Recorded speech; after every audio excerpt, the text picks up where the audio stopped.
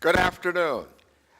I'd like to welcome those of you who are here in our auditorium at Census headquarters and those of you who are joining us online to our 2020 Census Program Management Review. We're looking forward to sharing the progress on our program with you over the next few hours, but first, a few housekeeping items. Please remember that our Program Management Review is being webcast live, so consider all mics live at all times. When asking a question, please share your name, affiliation, and speak directly into the mic so our friends online will be able to hear you as well. If you're joining us online and you have a question, send an email to 2020census, 2020.census.pmr@census.gov. Mike Polinsky, our Chief of Acquisitions, will now say a few words to remind staff of the legal obligations when speaking with or about contracts. Mike? Thanks, Al. I think I need to repeat myself and maybe just show it up every time. But the same thing, there's a lot of information going on. Stick to what's publicly available. If you have any conversations, any sidebar conversations, we have contractors, we have a lot of, and it's not fair to share any information that's not publicly available to anybody on any ongoing acquisitions or any future acquisitions. So just be careful about your sidebar conversations and what you're talking about and limit it to what's publicly available. Thanks. Thank you, Mike. Also, for any media present, we have a group of representatives from the Census Bureau's Public Information Office with us. Michael Cook is leading that group. Michael, would you wave so people see you? Thank you. I would invite any media to contact Michael or your particular assigned PIO representative if you have any questions or would like to interview 2020 Census leadership and staff. A few last reminders. The locations of the restrooms. They're outside the auditorium, down the hallway, and next to the green elevators. In the case of an emergency, please listen to the system and exit the building using the emergency exits that you see around this room. I would like now to turn the mic over to Ron Jarman, who is currently performing the non-exclusive functions and duties of the Director of the U.S. Census Bureau. Ron? Thank you, Al. It took you almost half your time to say my title. So welcome, everybody. As you know, in July, my partner in crime and I, Enrique Lamas, were asked by the Secretary Ross to be the non-exclusive directors and deputy directors of the Census Bureau. And since that time, we've been working with staff here at the Census Bureau and with Secretary Ross's team at Commerce to get up to speed on where we are in preparations for 2020. I can tell you from working with the Secretary and his team that they share the Census Bureau's laser-like focus to stay on the critical path to completing a accurate and complete 2020 census. And so we welcome their participation and their assistance. From that work, I think we've identified a couple changes I was going to just briefly talk about before turning it back over to Al and the rest of the program. So the first thing we've done is we've moved, temporarily, we've moved the CEDCAP program under the Decennial Directorate. With the Decennial rapidly approaching, most of the work that was going on in CEDCAP was focused on preparations for the 2020 census. In order to make the process of getting the final user stories to the programmers and getting everything completed and staying on the critical path, we thought it would be good to temporarily move the CEDCAP program under the Decennial Directorate so that there's clear lines of communication and authority. This doesn't change the Census Bureau's commitment to doing enterprise computing in the future, and we'll be using this time to sort of take stock of some lessons learned about the difficulties of trying to get all of the different program areas of the Census Bureau aligned and sort of on the IT front. On a second level, as we approach, as we leave the research and testing phase of the census and move into the operational phase, we thought it would be important to make sure that we had the right folks in place. And so Lisa Bloomerman did a great job getting us up to here. But we're going to have Al move in and take over with the help of Jim Treat, So there's our new associate and assistant director for decennial operations. And so they're going to bring a wealth of operational experience and expertise and leadership, both from field and previous decennials, but also with Al with private sector leadership. But Lisa, importantly, is taking over a critical role that's been vacant here at Census for some time. So Lisa has a lot of experience with administrative records, and with the departure of Amy O'Hara from our Center for Administrative Records and Applications, Lisa is going to be taking leadership of that group and moving us forward so that we can better use administrative records in all of our household surveys around the Census Bureau. So these are critical roles. We want to make sure that we get the right people in the right place so that we can achieve all of these objectives. So with that, Al, I'll turn it back over to you. Thank you, Ron. I would like to just say that I personally and the Decennial Director appreciate the work that Lisa Blumerman has done to develop the operating plan and get us to this point in the decade in our preparation for the 2020 census. I am personally indebted to her for the leadership, guidance, and wisdom that she has shown, and I will continue to reach out to her from time to time so that we have continuity in the program as we move forward. We have a lot of information to share with you today, and I will begin by discussing some program management updates, including a discussion of the design, an update on contracts, and on our risks and our schedule. After I've completed that high-level overview, we will release the 2020 Census Operational Plan version 3.0. That will be one of the grand climaxes of our meeting today. We will then provide an update on the 2018 end-to-end test, followed by a discussion of census operations, including an update on our field office locations, an update on a redistricting data program, and the release of the 2020 Census Integrated Partnership and Communication Plan. That will be the second high point as we release our communication plan today. We will then conclude this afternoon with the discussions of system readiness. The success of the 2020 census really rests on the collective efforts and talents of the team working on the program, both within the Decennial Directorate and across the Bureau. So before we get into the presentation, I would like to keep up a tradition that we have of recognizing new managers on our Decennial leadership team. Ron earlier recognized Jim Treat, our new Assistant Regional Director, who is returning to the Decennial program for his fourth census. I know Ron gave you a little about Jim's background. There's a written information on Jim's background, but I must let you know how delighted I am to be partnering with Jim as he helps lead us and the team in improving our schedule management and our program management functions. Jim played a very key role in the 2010 census in schedule management and program management and drove us to completion of dates on time, and we look forward to Jim taking that to a whole nother level for the 2020 census. In the American Community Survey Office, we have Nicole Scananello, who is the Assistant Division Chief for Program Management and Communication. Nicole, are you here? Okay, she's not here. Okay, and Gail Denby, who is the Assistant Division Chief for Processing and Geographic Coordination. In the Decennial Census Management Division, Melissa Therian returns to the Decennial, taking on a number of projects, including count question resolution, disaster recovery planning, and the COOP activities. We also have with us today a group of senior leaders without whom we cannot conduct a successful census. I would like to acknowledge and have them stand some of our regional directors who have come in from the field to join us today. Marilyn Sanders, Regional Director, Chicago. Julie Lamb, Acting Regional Director, Los Angeles. Fernando Armstrong, Regional Director, Philadelphia. And Jeff Baylor, Regional Director, New York. Thank you all for coming in and sharing with us today.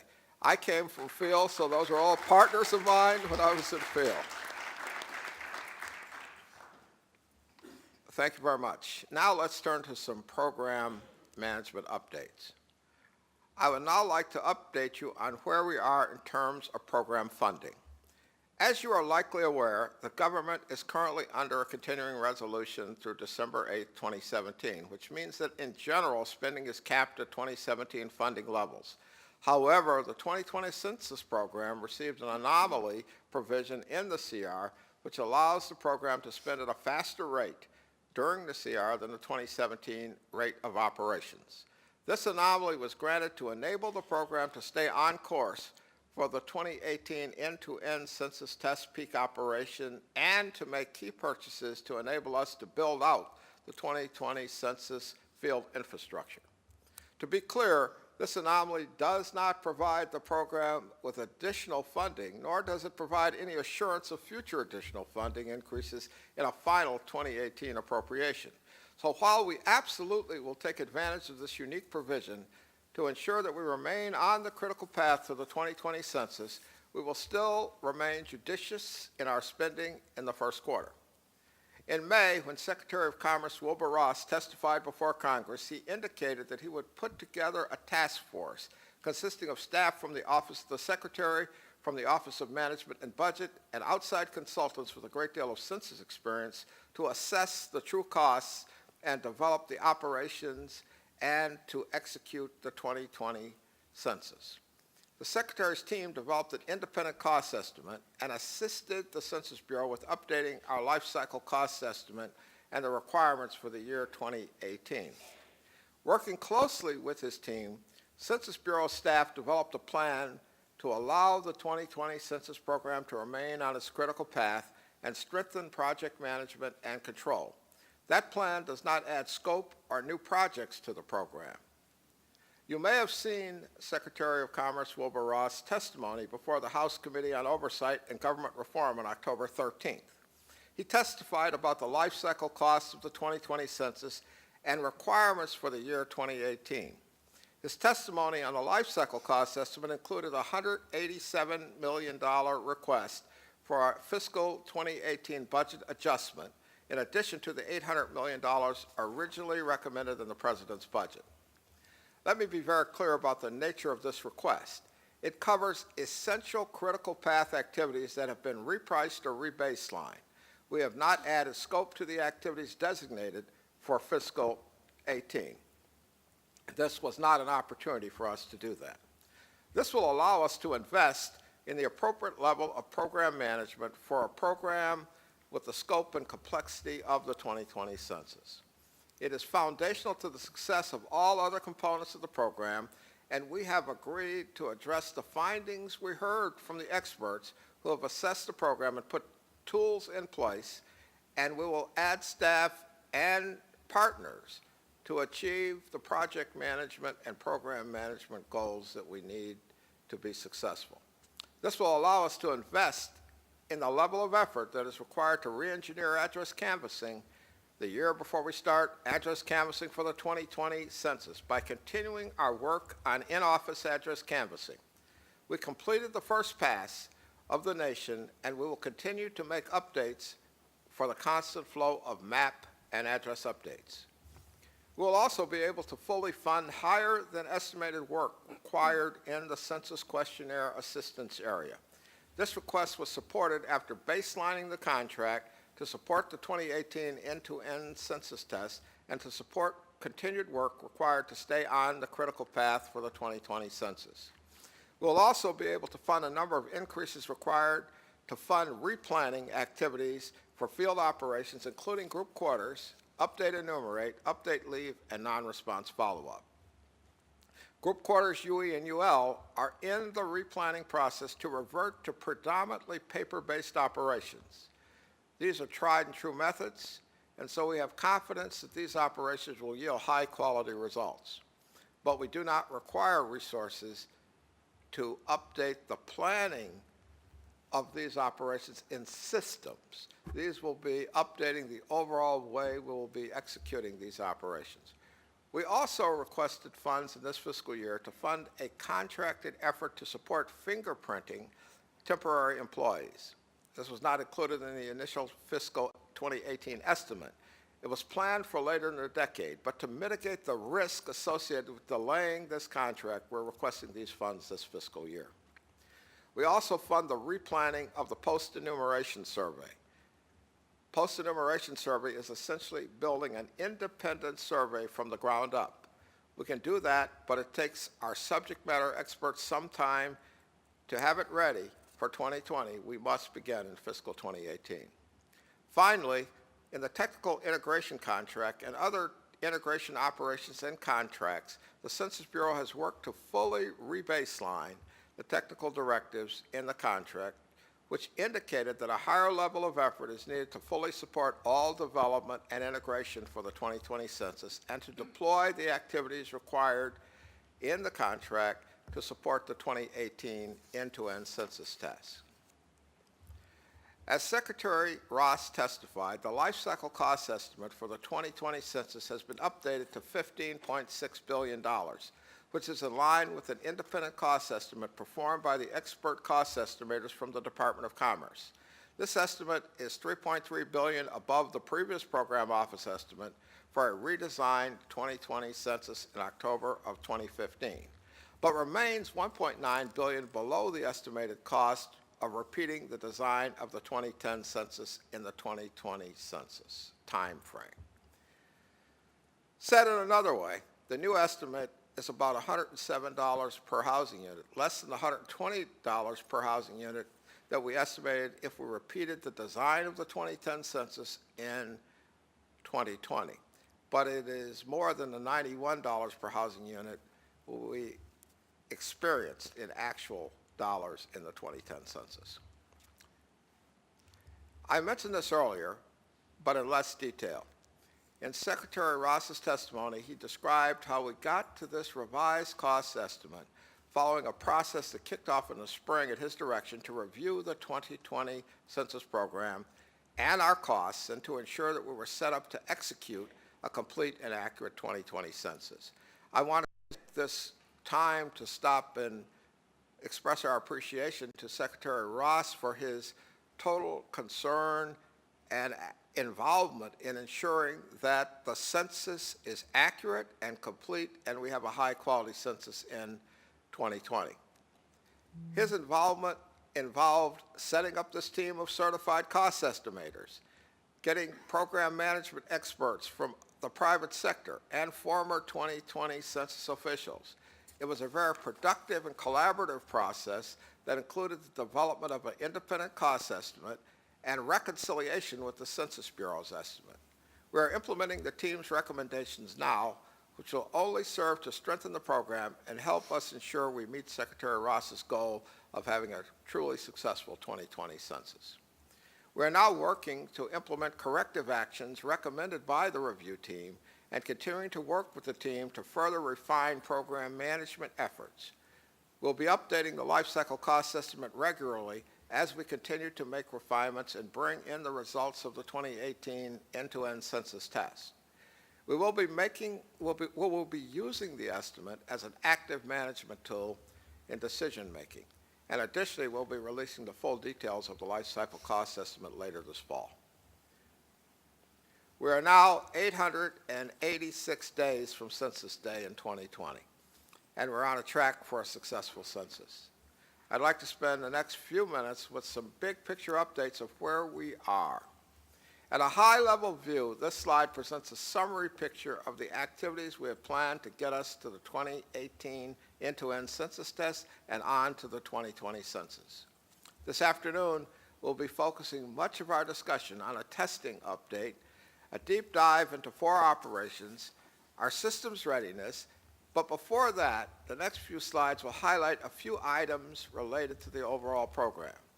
Before I move to the next slide, let me give you an update on our ongoing 2020 census operations. We have already started the 2020 census. LUCA, the Local Update of Census Addresses, operation began in January 2017, and we've registered over 6,000 local governments to date, which is covering about 58% of the population of the United States and approximately 58% of the housing units in the United States. We mailed invitation packages out in July, and a reminder package was sent out in September.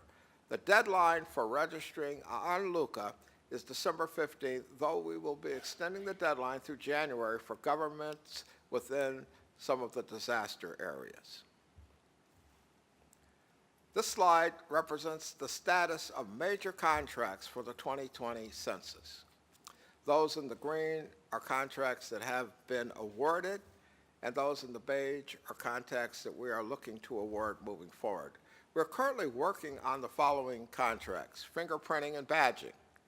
There'll be a single contract for the 2018 end-to-end census test peak operations through the completion of the 2020 census. It's planned to award either later this month or early in November. The 2020 census mail and printing contract will provide the majority of the printing and mailing services for the 2018 end-to-end census test and for the 2020 census. It will cover the printing requirements for self-response, update leave, non-response follow-up operations, and we will obtain printed materials via this contract. We are working through the procurement process, and once the procurement process is complete, there will be an announcement from GPO and from the Census Bureau on the awardee of this contract. The Sale Devices as Service was awarded in June of 2017. This contract is currently protested. The Government Accountability Office sustained the protest, and we're presently working with our acquisition staff at examining our options. We have the opportunity to be in compliance and in agreement with a reset of the way we went to the field with this contract, or we have other options to acquire the devices. We are looking at those and examining those options. At any rate, if we're unable to resolve this situation quickly, we have a contingency plan in place which will assure that we have devices available to use in the 2018 end-to-end test for peak operations. The field IT deployment contract will be a single contract for providing IT equipment, logistics services, maintenance, and support for the regional census centers, our area census offices, our remote workers, the island area offices, and our paper data capture center. That award is planned to be awarded in the May to June 2018 timeframe.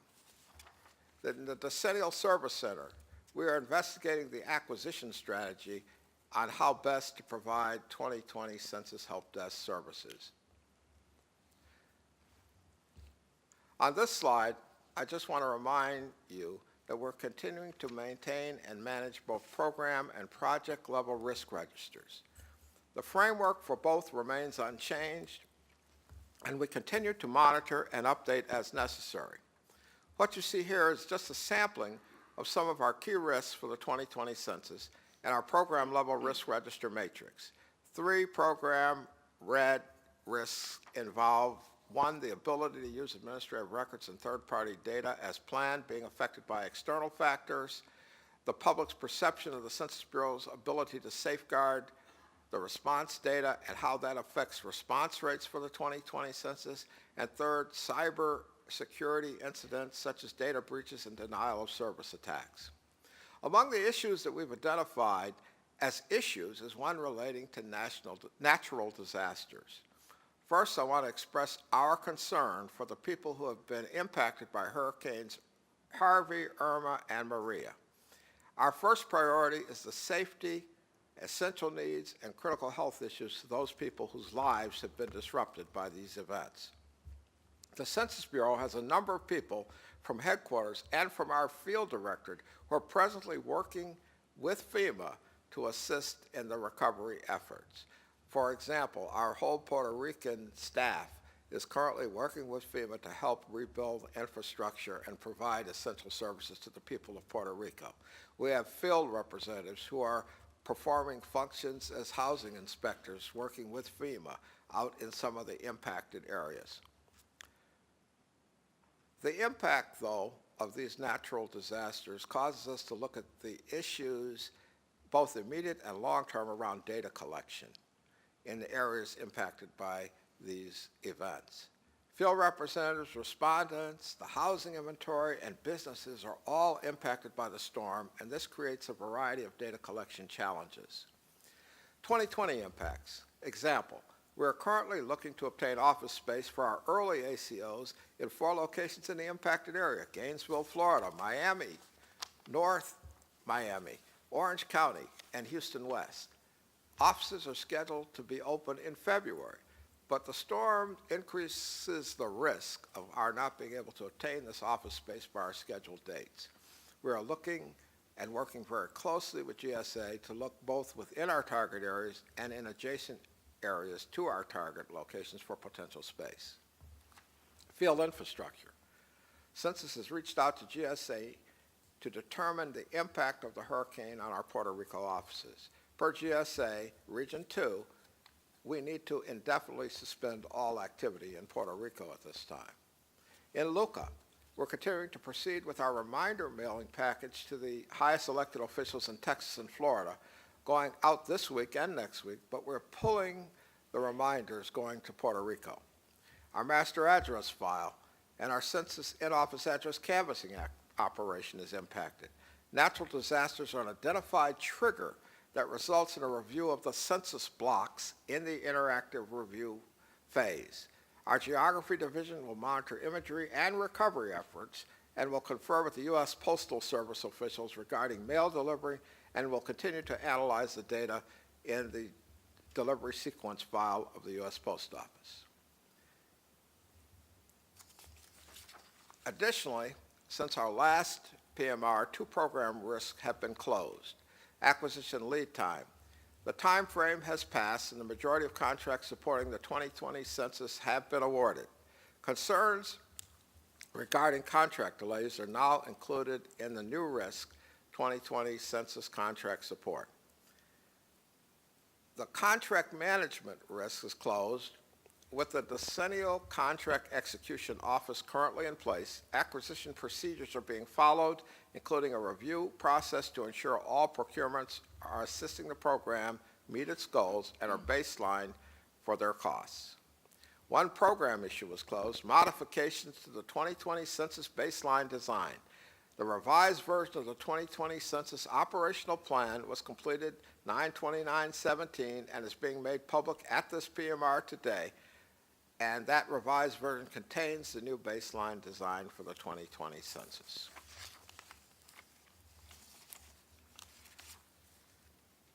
On this slide, I want to remind you that we continue to maintain our 2020 Census Integrated Master Schedule. And these are some of the high-level key milestones for the program on the slide behind me.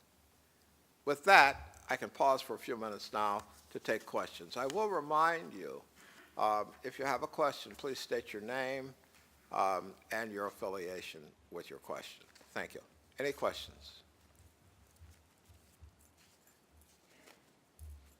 Ty? Hello, Ty Mitchell, Government Accountability Office. Thanks, Al, for that update. Could you just clarify, you closed the program risk on the last one you just mentioned. You said something about the baseline changes because now you've got the operational plan. But I mean, the final design is next October, is that right? I'm just trying to figure out, because we're still kind of working. I mean, I'm not sure what's changed, that the risk has gone away. Maybe it's just a semantic It's thing. actually the issue that got closed. So it became, because the design changed, the risk that talks about the design changes became an issue. The new plan re-baselines, and so the issue will be there again. We'll have a final release of an updated operational plan after the end-to-end test. So it might not be October, but it'll take into account what we've learned, and we'll go into the 2020 census with that. The risk has been actualized. It's occurred. Yeah, I got it. I'm sorry. Thank you. And so the risk kind of comes back now that we have a new baseline. Any other questions? Yes, sir. Dan Cork, National Academies. I just wanted to, another clarifying. When you were talking about changes in the existing contracts, you mentioned the technical integrator contract, and I just lost the thread. You mentioned working to fully rebaseline the technical directives in the contract, but I wasn't clear whether that was increasing the level of effort, whether it's Okay, there are Straight increase in scope? 13 to 14 technical directives within the technical integrator contract. And the rebaselining involved the reprioritization of effort within the contract, not an increase in effort on the technical directives they were working on. We reprioritized based on the most current needs for the program, As things come into the technical integrators area, there are things we recognize that need to be prioritized higher to complete our scalability, to complete our integration testing, and the reprioritization of that moved resources to other areas. Okay. If there are no further questions, I will now turn it over to Deb Simkowski, who is the Division Chief of our Decennial Management, Census Management Division. Deb? All right. Hi, everybody. Happy to be here today, just like I was 1 year ago. And I remember in the internal Census Decennial Directorate newsletter, there was a picture of me like this. So I thought I'd start out like this with the new operational plan, which we're releasing maybe right now. I don't know, my talk's kind of long, so it could be out anytime during this talk. But I'm happy to be here today to give an overview of version 3.0. Before I go into that plan, though, it's always good to remind you all of a few things that if you're here all the time, you're used to some of our slides. I bet you could present them as well as we could. So our core goal is always one of quality. We want to conduct a census that counts everyone once and only once and in the right place. And achieving this goal gets harder each decade as our environment is changing and is shown on the slide. So we've discussed a number of these challenges before, including the declining response rates, the planning for increasingly complex living arrangements and populations, a mobile population, and certainly an increasingly diverse population. So just as a brief reminder, let's have a refresher on how we designed the 2020 census. We thought about our current challenges and recognized that this decennial census requires us to reach that increasingly diverse and growing population. We project there'll be about 330 million people in the United States living in more than 140 million housing units around the 2020 census. And with that in mind, our research and testing earlier in the decade focused on the hopefully very familiar 4 innovation areas that'll help us achieve our goal by modernizing the 2020 census.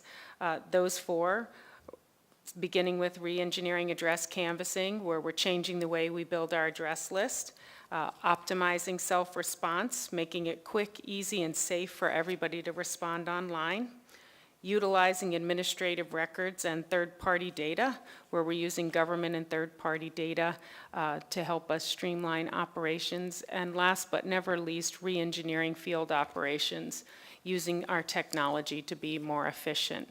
So with that as the backdrop, I'll just leave it with at the simplest. The census is about 4 key things: establishing where to count, motivating people to respond, counting people in the population, and then releasing those results. I always say on this slide, it sounds pretty simple, 4 steps, but we know it's much more complex than 4 bullets. Go ahead. So in bringing us to the focus of today's talk, and certainly in bringing all of our plans together, we released the original operational plan for the 2020 census in October 2015, 3 years earlier than the last decade. This plan describes our vision and design for the 2020 census. It's intended for use by managers, staff, contractors, stakeholders, internal and external, and pretty much, in my opinion, anybody who wants to get a foundation of how we're going to run the 2020 census. Since its first release, we've reviewed and updated the plan on an annual basis to reflect our decisions and our updates. Major program changes that occur in between the iterations of the operational plan are generally released through either our decision memos, or a lot of times we talk about them here in our quarterly PMRs. Version 2 was released last year at this time to reflect decisions and updates, but the overall design in the 4 innovation areas didn't really change that much, and there were just a few things that we wanted to report out. With today's report, we're discussing version 3, which is particularly important for a number of reasons. It reflects our design that's consistent with how we'll be conducting our operations in the 2018 end-to-end census test. And for operations that are not in scope for this test, this is a key update 3 years before Census Day. So while we didn't have many significant design changes between versions 1 and 2, there were notable design changes in this past year that are captured in this plan. All of them I think you've heard before at these PMRs, but this will be a nice summary slideshow where you can see what's happened over time. So I'm going to go as briefly, but not too briefly, as I can through the major changes and accomplishments throughout the 35 operations. Before I do that, I thought I'd pause here and take a look at our decisions. The operational design is comprised or supported by a set of design decisions that are in the plan that drive how the 2020 census will be conducted. The design decisions are informed through research, testing, analysis of costs, and quality impacts of different options. And this slide highlights where we are today in making decisions on important aspects of the operational design by innovation area. And as of September 30th, there are 36 out of the 350 decisions that remain to be made. And so here we will roll up our sleeves and dive into the placemat that we like to call it of the census. So these are the 35 operations of the 2020 census organized into 8 major areas that correspond with the Census Bureau's standard work breakdown structure. It's important to note that the term operation refers to both support operations and business operations. For example, program management is considered a support function, and address canvassing is considered a business function. And the following slides will take little pieces of this picture and talk about them more specifically. So to kick us off, this slide covers 3 operations: program management, systems engineering and integration, and security, privacy, and confidentiality. The 2020 Census Program Management operation will continue to refine as necessary in an effort to ensure program management processes are efficient and effective in managing and governing the 2020 Census Program. Similarly, the 2020 Census Systems Engineering and integration operation will continue to refine as necessary in an effort to ensure all systems processes are efficient and effective in meeting the business and capability requirements for the 2020 census program. Our security, privacy, and confidentiality operation will continue to stay current with laws, policies, and regulations to ensure our systems and our data are protected. There were no major design changes for these 3 operations in version 3.0. These operations had selected accomplishments including the support of the new release of the operational plan, maintaining our detailed operational plans that have been released to date. We did award 2 new contracts to support our integrated master schedule, and we continued to support not only risk and change management processes, but use a new SE&I framework for gateway reviews and testing. So moving on to content and forms design as well as language services. Under the auspices of content and forms design operations, the planned 2020 census subjects were submitted to Congress last year, and we are on track to submit the planned questions for the 2020 census to Congress by March of 2018. Turning our attention then to language services, based on population data, we'll determine the number of languages as well as which languages we will support for the 2020 census, and we look forward to sharing that information with you at an upcoming census PMR. There were also no major design changes for these 2 operations in this part of the plan. Moving along to infrastructure, this slide actually covers 4 operations. Our Decennial Service Center operation handles all service requests initiated by field staff and will use cloud technology to manage calls centrally. Our field infrastructure operation supports the recruiting, testing, fingerprinting, hiring, and training of our staff for the 2020 census as a key support operation for the re-engineering field operations innovation area.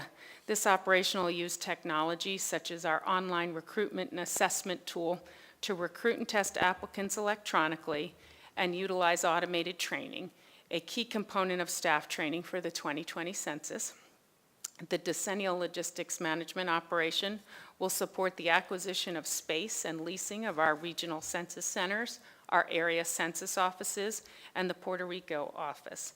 Also, this operation provides logistic management support services to the field. This will assist the Census Bureau to ensure that our field facilities and staff receive the materials necessary to do their job, and that the Census Bureau will use an integrated logistics management system to make that process more efficient. During this decennial, the IT infrastructure operation will also use a contract to help plan, manage, organize, and deploy equipment for our regional census centers, which is the foundational infrastructure for data collection operations. So a key change in the design here for version 3.0 is that we will open our regional census centers on or around April 1st of 2018, just a couple of years before Census Day. We've had several key accomplishments in this area as well. In July, we released the 40 early opening area census offices to the General Services Administration to secure space and leasing. And actually today, Burton will join us after the break to talk about all 248 offices, but we're now prepared to release the remaining 208 area census offices to GSA to get that process underway. And then in this area, we also tested cloud computing. As you know, when we talked about the 2017 tests, I think I did that in the July PMR that was using the cloud environment. Okay. So moving on to the frame, our geographic programs operation makes use of a variety of data sources to update the MAF-Tiger system and to develop and deploy the geographic update partnership software to streamline partner participation. Our streamlined LUCA operation, as you know, is currently underway, and we're receiving registrations through the end of the year. One of the key innovation areas for the 2020 census, as you know, our address canvassing operation will make use of all updating the nation's address list during intercensal years and use aerial imagery. These key changes since the 2010 census result in a more efficient process than having field staff walk every block in the nation. So in these three operations this year, as we said, we kicked off LUCA.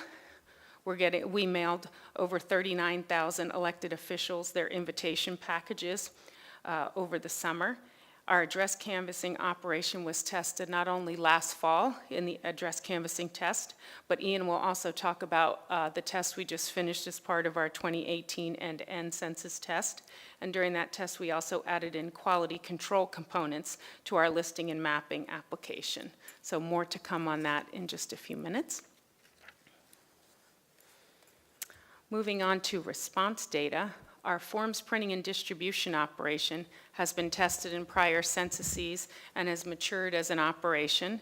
Since the second version of the operational plan, operations that are supported by this operation have increased their paper components. We've discussed that a couple of times. And so that's increased the volume and variety of materials to be produced by this operation.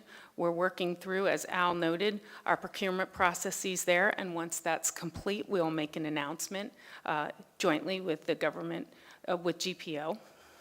While there have not been any major design changes between the second and third versions of the operational plan, our paper data capture operation has seen its anticipated workloads increase as well as more operations turn to paper. For example, the paper data capture operation will now be performing data capture for update leave forms and paper forms for our group quarters operations. So accomplishments in this area, talking again about the 2017 test, we used these operations and processes successfully in that test. And we also implemented the enterprise census and surveys enabling, eCase, I think the crowd is familiar with, that part of that control system for the first time in 17 to support these operations. Continuing on with response data and moving into integrated partnerships and communications. We'll have more discussion on that after the break today as well. But similar to the 2010 census, we're using a communications contract to help assist the Census Bureau in developing and implementing a nationwide campaign, which will include advertising and social media. The program will integrate with the partnership program for a holistic public outreach approach. A key design change here is that our audience segmentation model will be done at the tract level rather than at the household level. And the selected accomplishment there you all will be part of today will be sharing information in regards to our draft communications plan. So still in response data, that's the biggest box on this if you didn't catch on. Moving into two other operations within there. For our internet self-response, this operation, as you know, was developed and tested using our new eCase solution, not only for internet response, but also for census questionnaire assistance response during our 17 self-response test. It was the first time with that successful implementation. On the horizon for this operation is, of course, the reuse of that instrument with modifications for 2018, as well as implementing our mail strategy for the 2018 census test. And again, that'll be part of our test update that we'll give when I'm done with this update. Under the auspices of non-ID processing, respondents will still be able to respond to the census anytime, anywhere, on any device without using that previously provided unique census ID. And again, accomplishments here marry up very nicely to what I talked about on the previous slide. We use these operations within the 2017 tests successfully. Okay. Continuing to move through response data. This is actually part of the operations where we had some significant changes that we talked about, I believe, in July. The update enumerate operation was modified this spring when the new update leave operation was born. The majority of the living quarters that were originally designed for update enumerate will be moved to the update leave type of enumeration area. We'll continue to use update enumerate to update the address and feature data and enumerate respondents in person, but we'll be deploying paper-based methodologies. The update enumerate operation was revised in May of this year. And so this I'd say is one of the biggest changes within the operational plan release. It actually changed that placemat that we used to anchor ourselves so much to add another box on it to take us from 34 to 35. So continuing to move through response data, we certainly need to spend some time on group quarters, enumeration at transitory locations, and federally affiliated count overseas. Again, operations that had some design changes. The group quarters operation is more streamlined as the previously done in-field advanced contact component has been removed and will now be done in our area census offices. The enumeration will be mainly paper-based. However, group quarters will be giving an opportunity to provide electronic responses if they prefer versus paper. The enumeration at transitory locations operation will be completed similar to how it was conducted in the 2010 census. Automation will be used where possible, but ETL, that operation will be primarily paper-based. And finally, the federally affiliated count overseas operation obtains counts by home state of United States military and federal civilian employees stationed or deployed overseas and their dependents living with them. The name and acronym of this operation have been changed to reflect that the counts will not be exclusively for Americans. Census counts include everyone who meet the residence criteria. As discussed in our July PMR, we've done a number of tests on the group quarters operation this year, including an e-response test in 2016 and 2017, some testing with our military installations, and then we were pleased to get agreement from the United States Marshal Service and the Bureau of Prisons to provide e-response for the 2020 census. I'll have to take a drink. Hold on.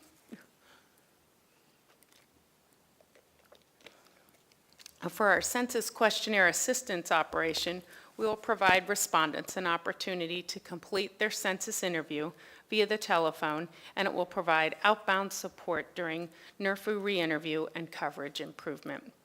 Email was originally planned to be a method for respondents to contact CQA to ask questions, but it has been removed from scope.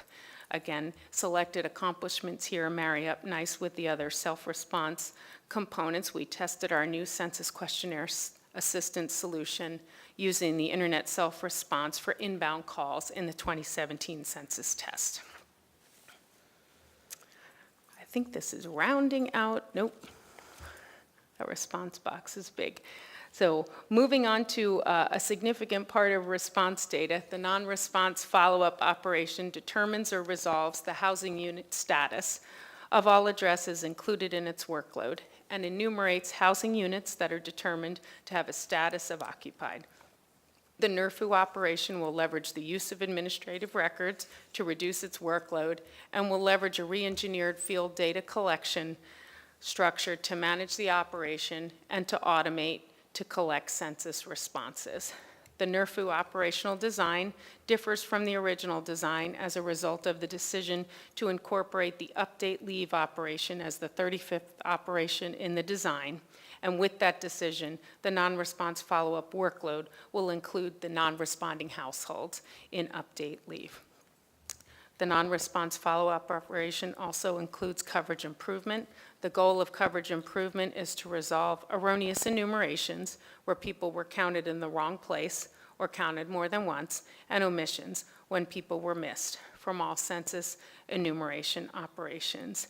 We continue to evolve and refine the design of the NRFU operation, and Marianne will talk about that a little bit more in relation to what we're going to do in our 2018 test later today. So last but not least in response data is the response processing operation. As part of an enhanced use of technology this census, the response processing operation, or RPO, will not only use administrative records and third-party data, but will also use expanded technology and enterprise tools developed during our pre, during, and post-data collection activities. And response processing, again, was one of our operations that ran successfully for the 2017 census test, receiving its output from the eCase platform. So moving along to published data, our data products and dissemination operation covers the tabulation and release of apportionment counts, redistricting data, and all other data products. As with every census, we'll implement any necessary enhancements to our disclosure avoidance techniques to protect the data. Our data products will be disseminated on data.census.gov, and the full 2020 Census Data Products Suite is scheduled to be defined next summer. Achievements in this area include determining that we will use the tabulation that also supports our American Community Survey data, which will be generalized and enhanced to support both the ACS as well as the 2020 census. And we've identified our enterprise data dissemination vehicle, and they have begun releasing beta versions on data.census.gov. Under the auspices of the Redistricting Data Program operation, the Census Bureau will release to each state the legally required redistricting data tabulations by April 1, 2021. This operation differs from the original design by the addition of a second round of verification to the voting district project. This is in recognition of the empirical nature of voting districts, which can change very frequently, and also provides an opportunity to those states who participate in the first two rounds of update to refine their voting districts based on the most current census geography as we go into the 2020 census. We did successfully complete phase one of this operation, the block boundary suggestion project, this year, and actually later today, another commercial, James Whitehorn, will provide us an update on this operation. So moving further down the published data stovepipe, this slide covers three operations: count review, count question resolution, and archiving. Count review will help ensure that the data obtained through the geographic and data collection operations is accurate. Similar to previous censuses, under the auspices of the count question resolution, governments can challenge their official results from 2020.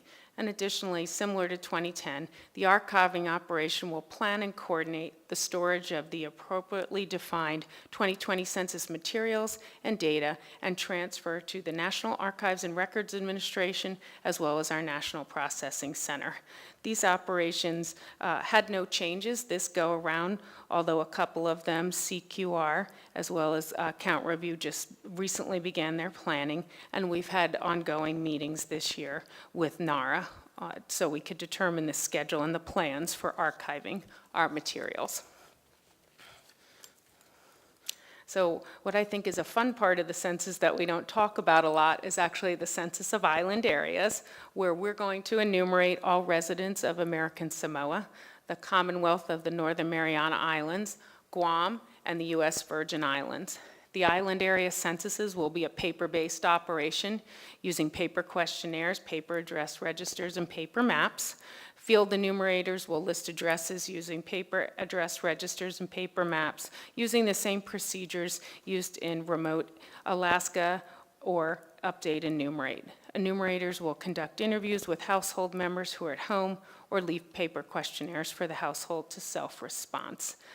So the key area or the key design changes here I discussed, this is primarily all paper operation.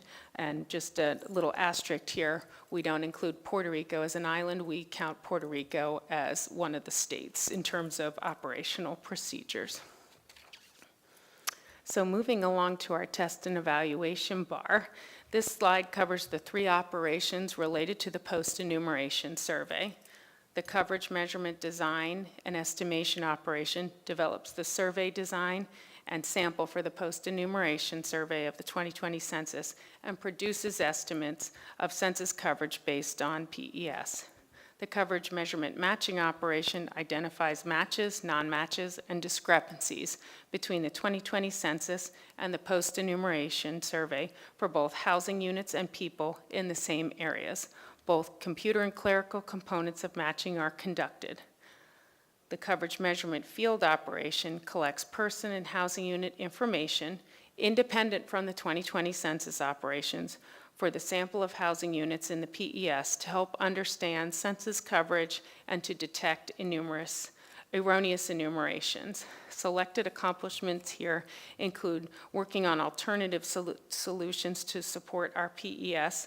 The key design change here for 3 operations, or for these 3 operations, is starting to use that post-enumeration survey acronym again, PES, and we've replanned the program to include the automation of just 2 of the 5 field data collection operations, independent listing and person interviewing. The remaining operations here will be paper-based.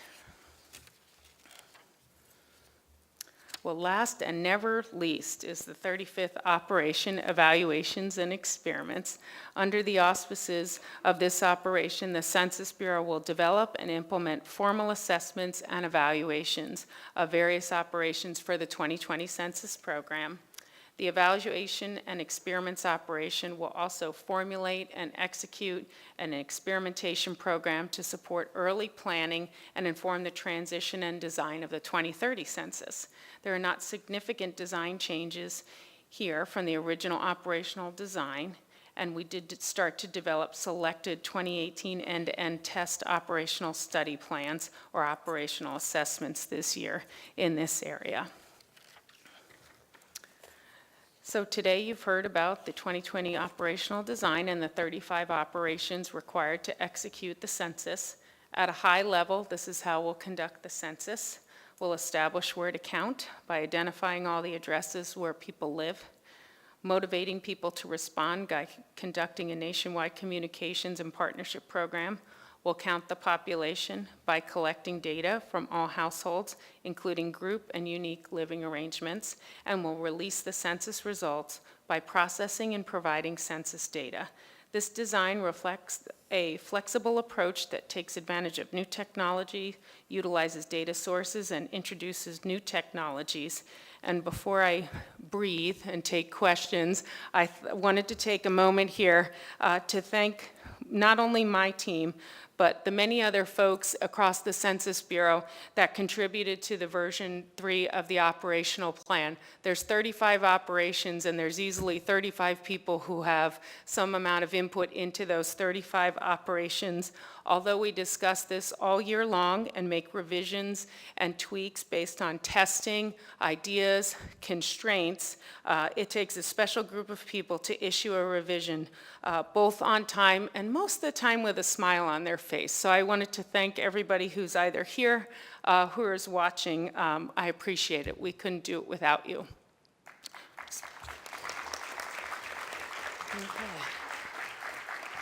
Okay.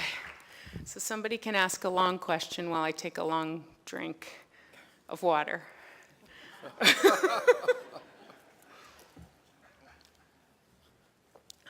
No? Oh, God, I'm on the next slide, too.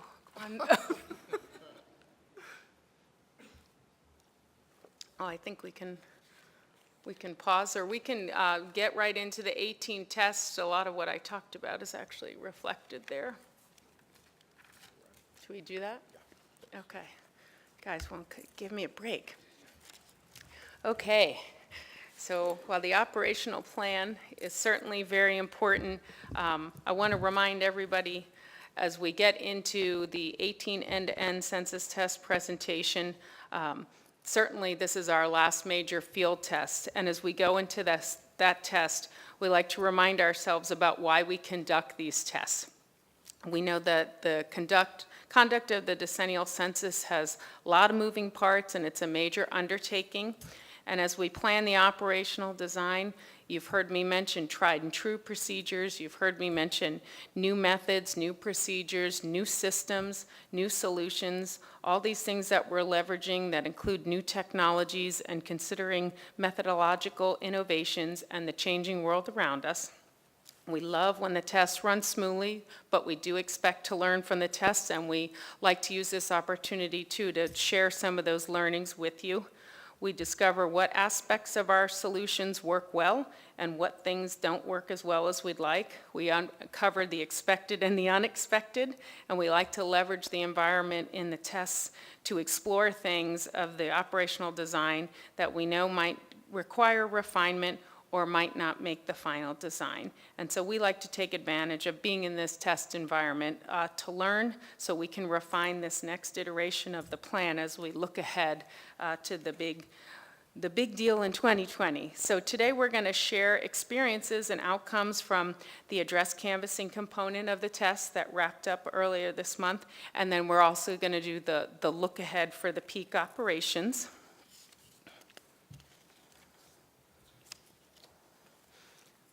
You want to go to the next slide? So Al has this slide. I think Al had this before, but I have it here because you can see we're at the end, right there in terms of where the end-to-end test is. This is our final major field test before the census. Okay, and so the placemat looks a little bit different here when you see it. Before it didn't have colors on it, but for the test, we generally use the shading to communicate scope. This graphic depicts the 24 operations that are in scope for the test. They're represented in dark and light purple, and the 11 that are out of scope are brown. You'll notice the highlighted operations with the orange rings. Those operations have not been included in a major test to date, and this is the first time we'll be testing them in that type of scenario. That includes update leave, group quarters, data products and dissemination, redistricting data, and data archiving. I'd also like to point out that there are 3 light purple operations supporting the test: content and forms design, language services, and integrated partnerships and communications. They're supporting, although they're not a focus of this test. Many of the operations that are out of scope are highly specialized, such as the island areas that I talked about, or enumeration at transitory locations. Some of the other operations that are out of scope either include external participants like count review or, for example, Luca, which is already running in production. So just taking a step back and overviewing our sites, we won't spend too much time here, but our address canvassing portion of the test was conducted in 3 sites: Bluefield, Beckley, Oak Hill, West Virginia, Providence County, Rhode Island, and Pierce County, Washington. Collectively, our experiences in these 3 diverse sites will help us to gain invaluable experience in conducting the challenging process of building the address list across a wide area of physical geography, housing structures, and residence types. We've now concluded the field data collection and analysis is underway, and Ian's going to elaborate on that in just a moment. And we're proceeding then with the remaining operations in scope for the 2018 end-to-end census test in Providence County, Rhode Island.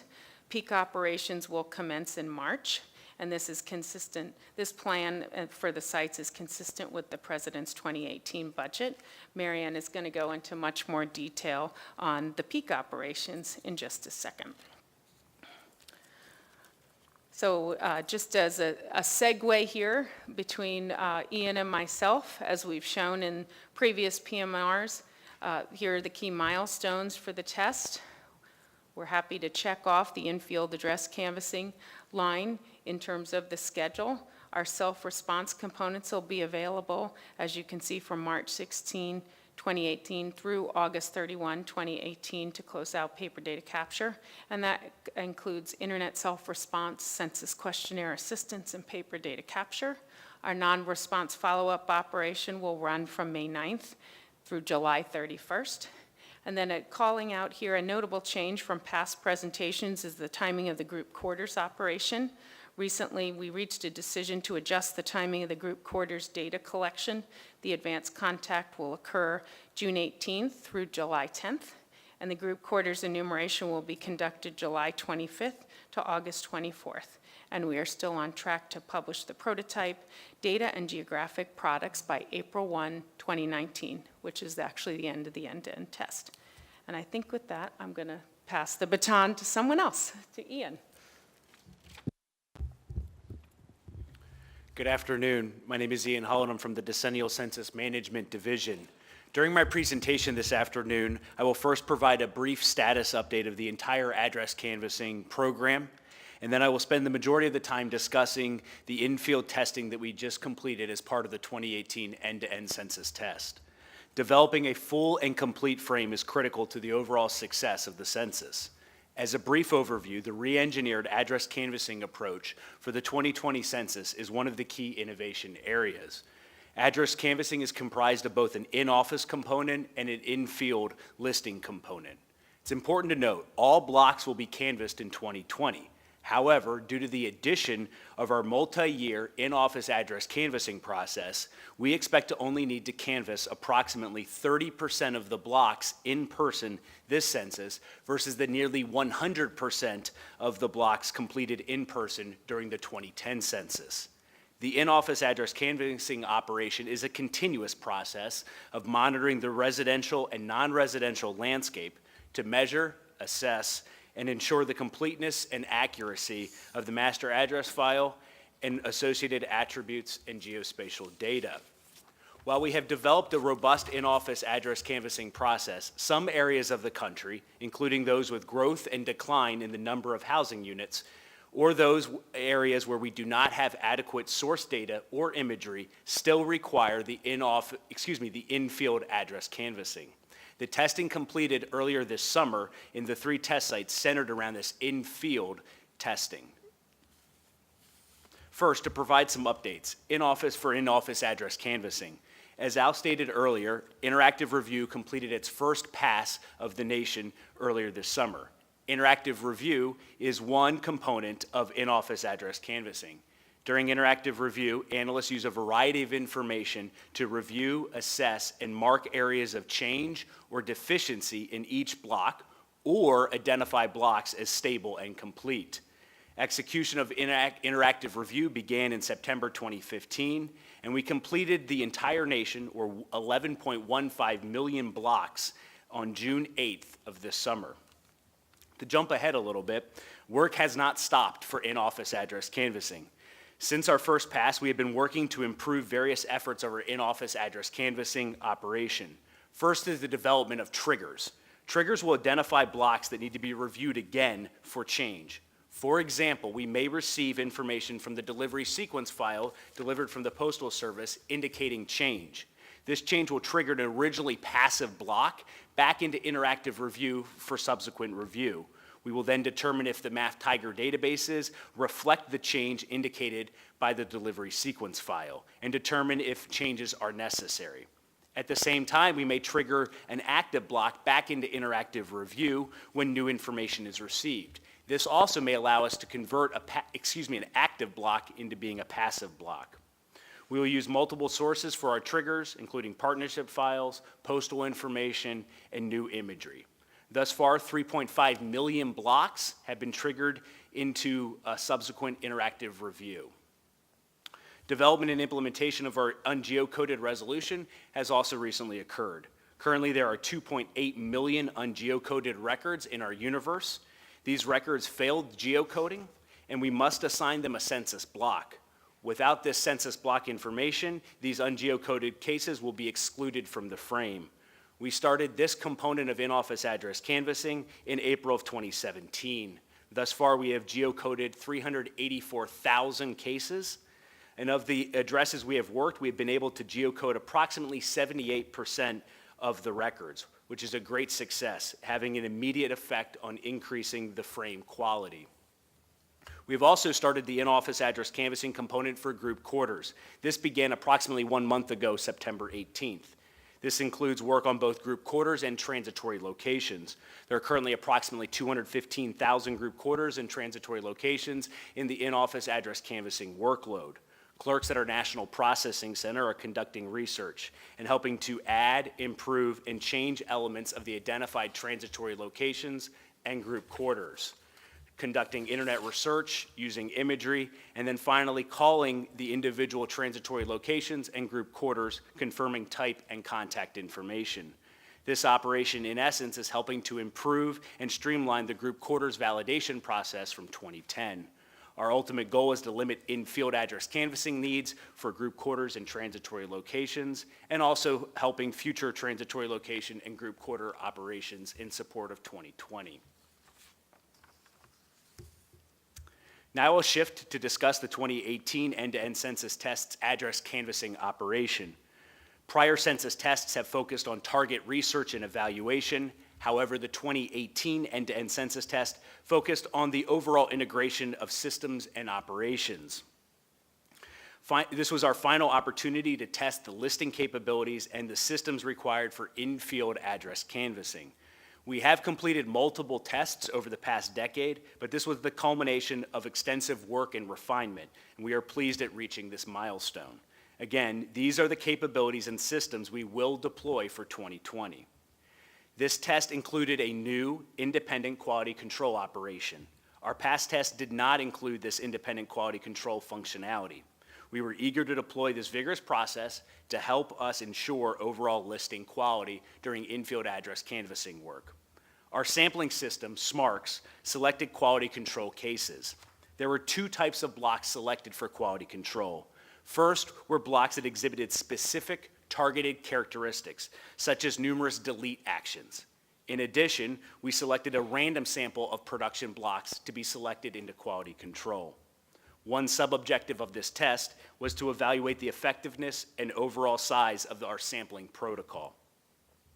Unlike full relisting that has been completed in the past, SMARCS selects a random starting point within a block and instructs the lister to begin canvassing from that point.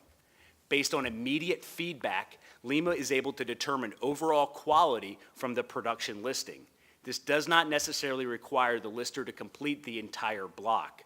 Lima is able to determine a pass-fail rating based on our defined criteria.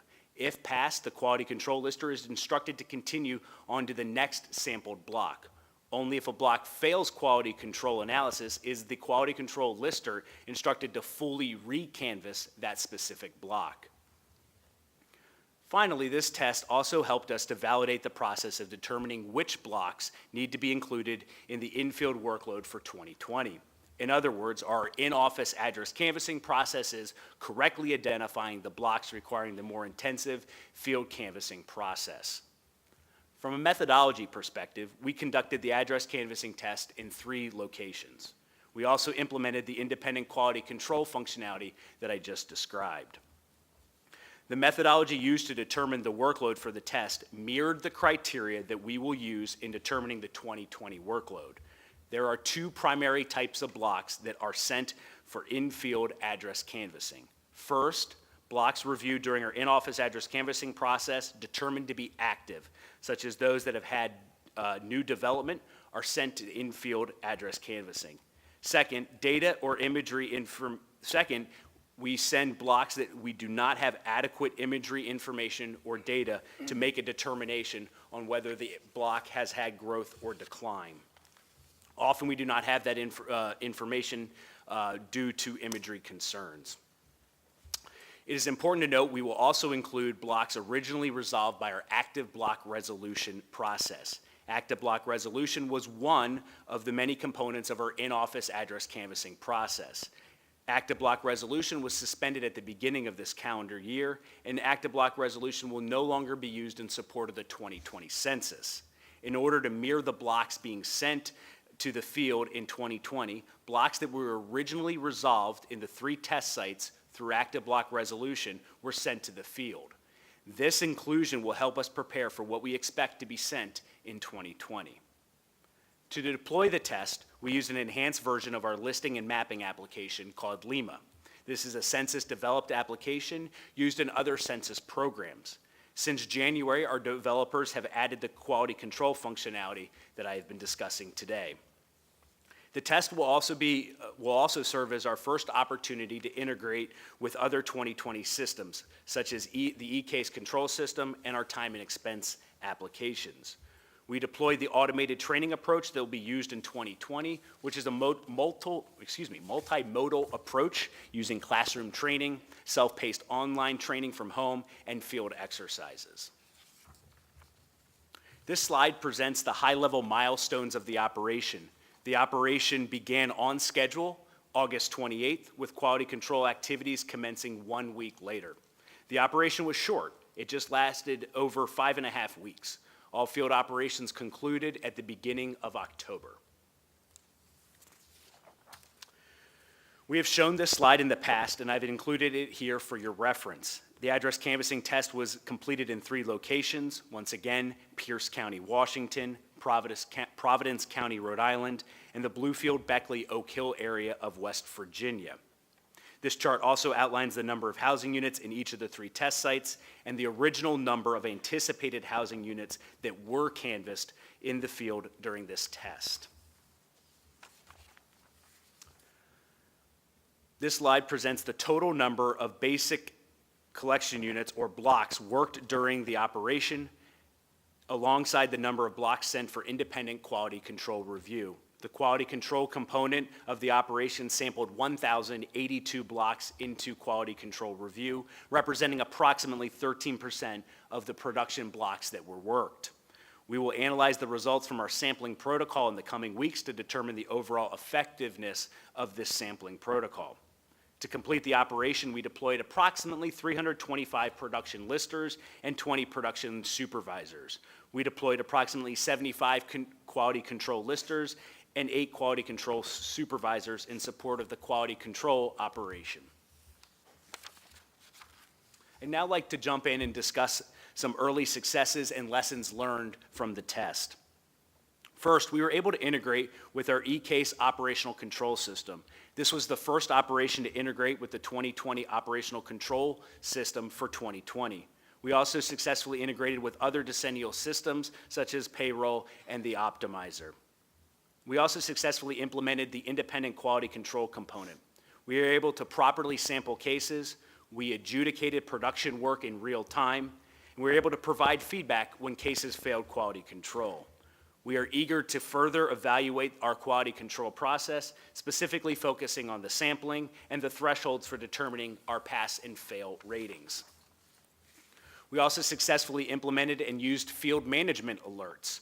Field management alerts are a major component of the re-engineered field operation. There are 14 total alerts used for address canvassing.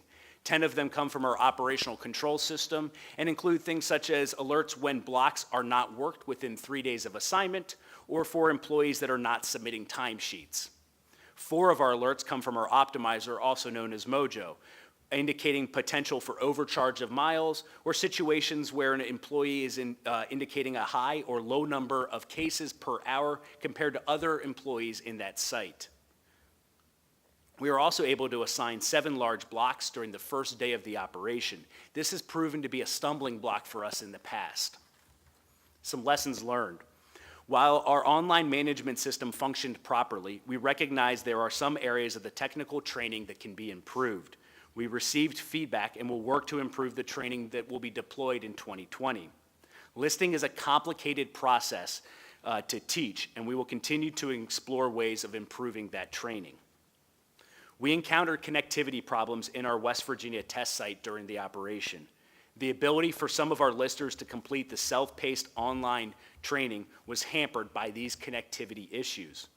We also received reports of slow imagery in West Virginia and other reports of slow download times.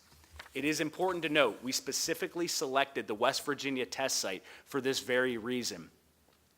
Rural areas often have connectivity constraints, and these rural areas sometimes have the largest amount of geographic files that need to be downloaded.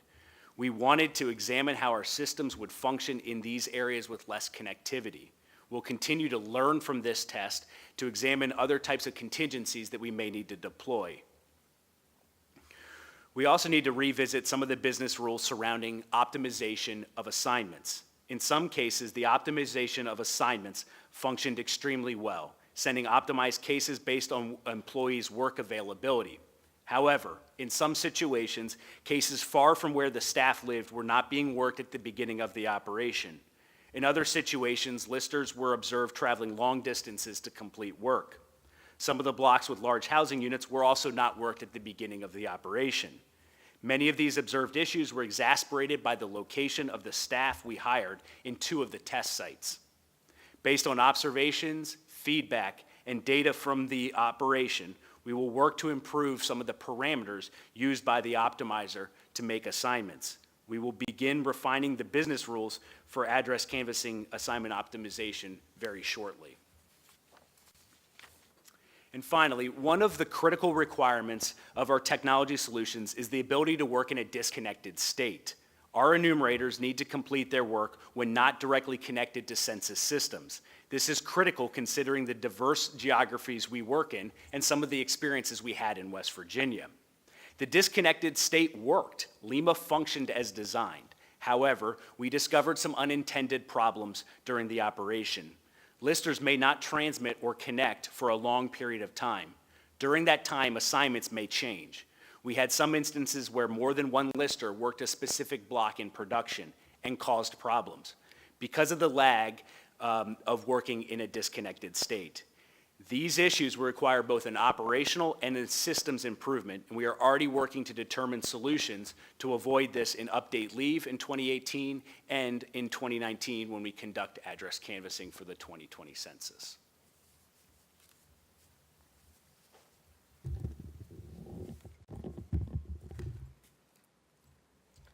Thank you, Ian.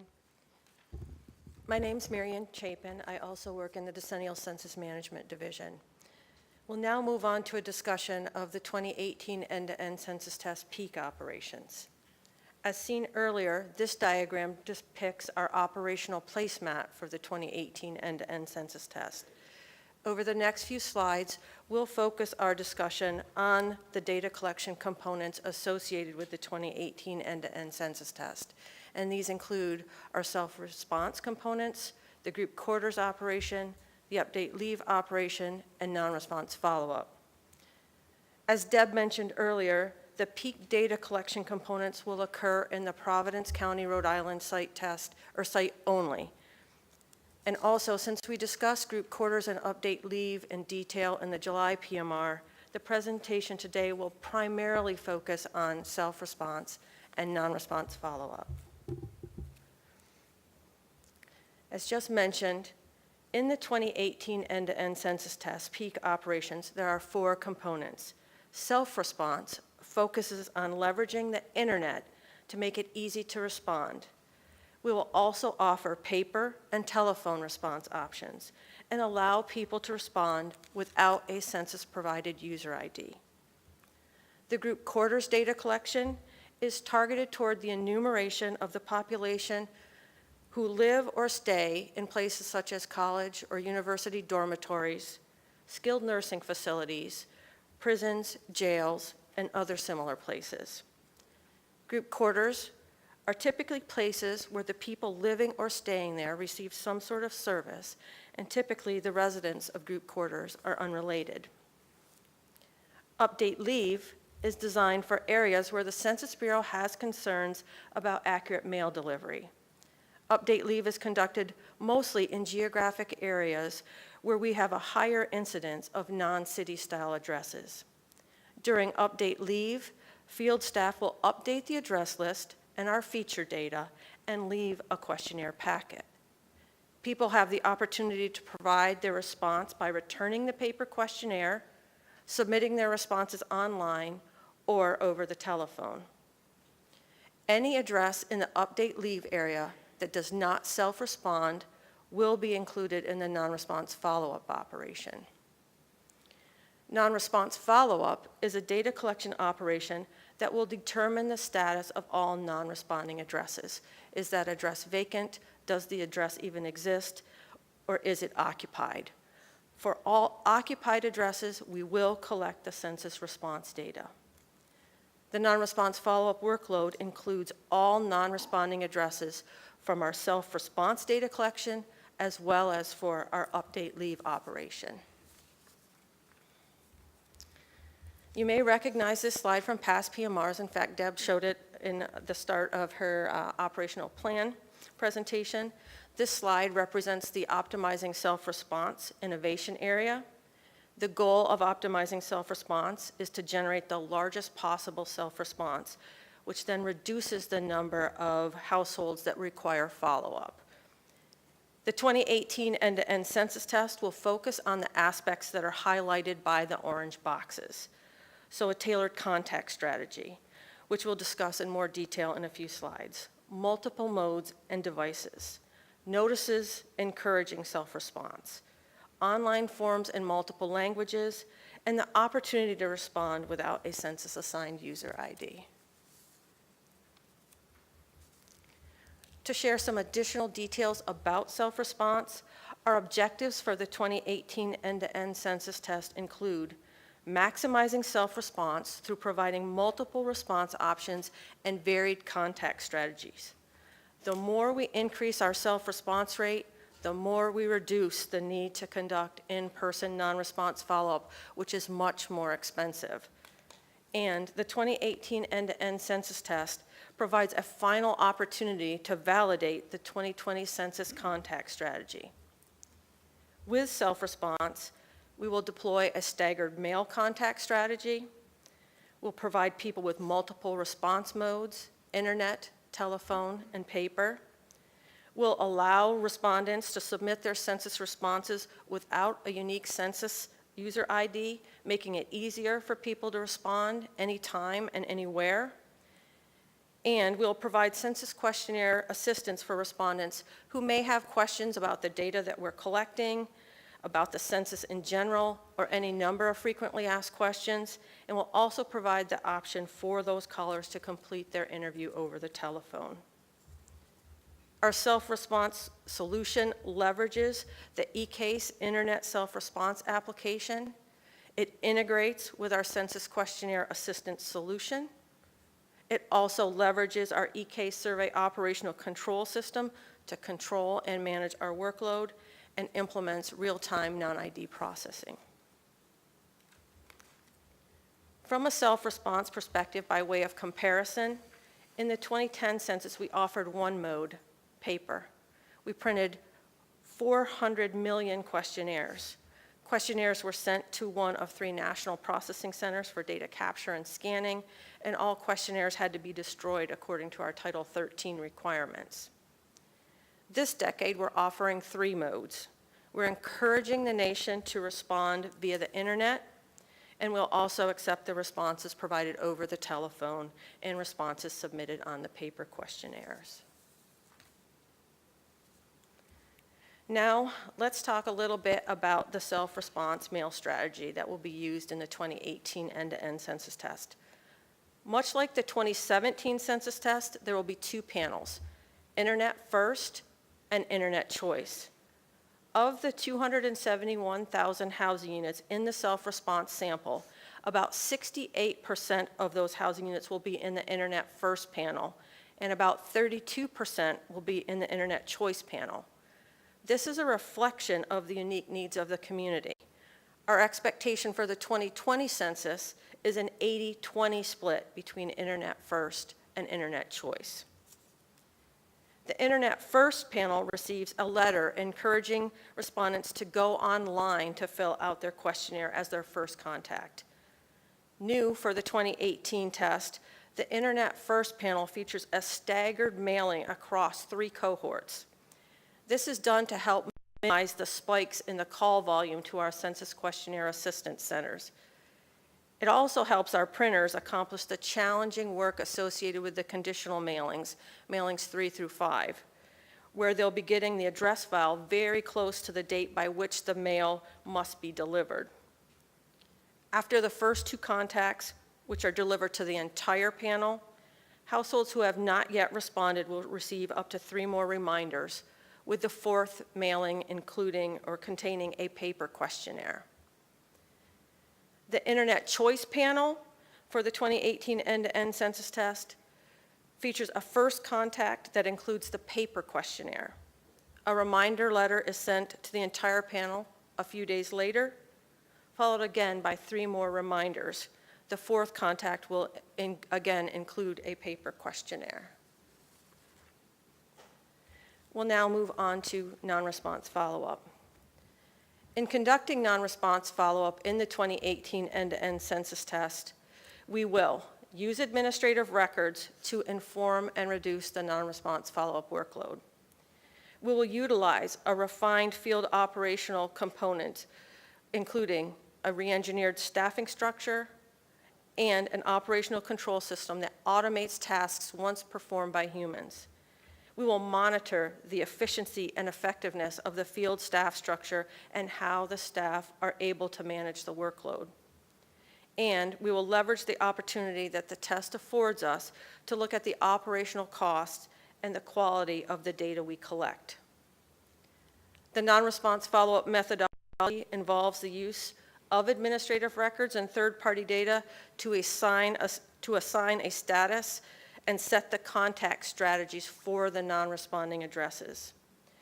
And we will use automated and integrated case management, case assignment, and data collection approaches, replacing the paper-based operations to provide a faster, more accurate, and more secure means of data collection. To accomplish our objectives, enumerators will use the eCase enumeration application deployed to smartphones to collect the census response data. We'll integrate our eCase field operational control system with our mobile case management, and we'll use eCase automated time and expense and implement an automated training solution.